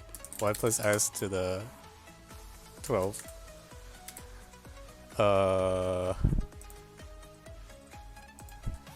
Plus P 1 plus R to the 2n 1 plus S to the 3n-ish. Take the ceiling. Hang on. It's like 2n minus 2, 3n minus 3-ish.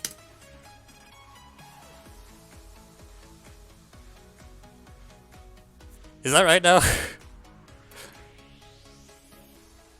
A has 2 deposits and you only considered 1. Wait, what? Oh yeah, there's 2. Wait. It's not even A. All 3 of them just deposited twice for no reason. So then you have to like add the expression for n minus 1. Okay, cool. We can say we solved 4 problems today. Amazing. I'm not even going to open the thing he sent. It probably doesn't make any sense.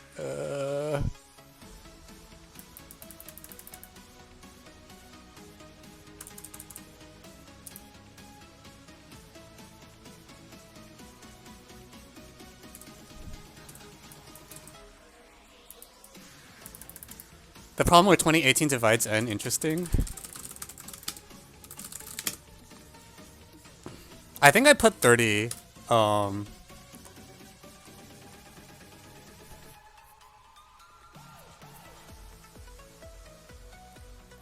Yeah. 30 might be a little high, honestly. Yeah, it could be 25. I don't know. Apparently a lot of people really hate the China problem, but I don't know. I thought it was really good.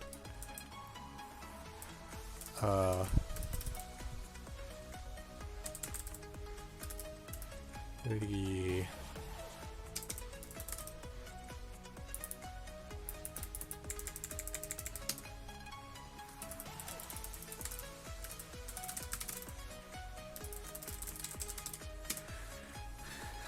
What? No, I think it's fine. Like, what's wrong with this problem?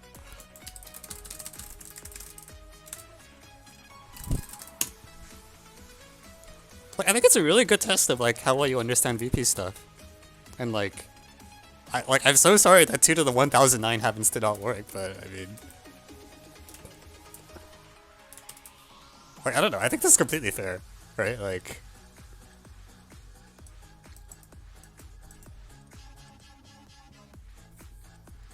Like, I don't know. I think it's just fine. I like the problem. I don't know why you guys don't like it.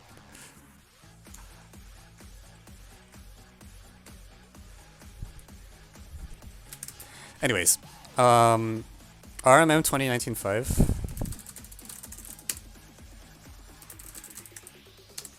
Oh, the discarded one. I don't remember. I don't have a solution written in it. I have to check. Sorry.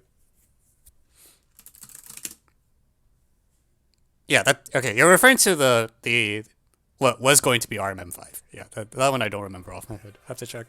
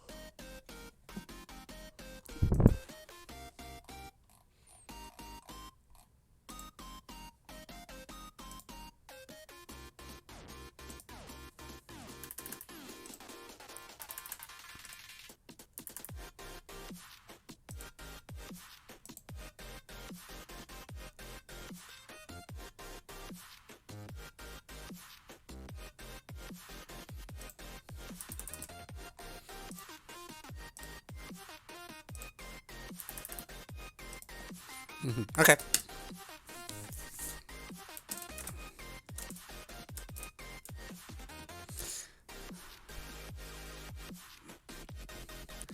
Okay, cool. Thanks for coming out. So we won't have a stream for a few weeks. Check the schedule on the website for whenever the next one will be, and I'll see you all around. Good night.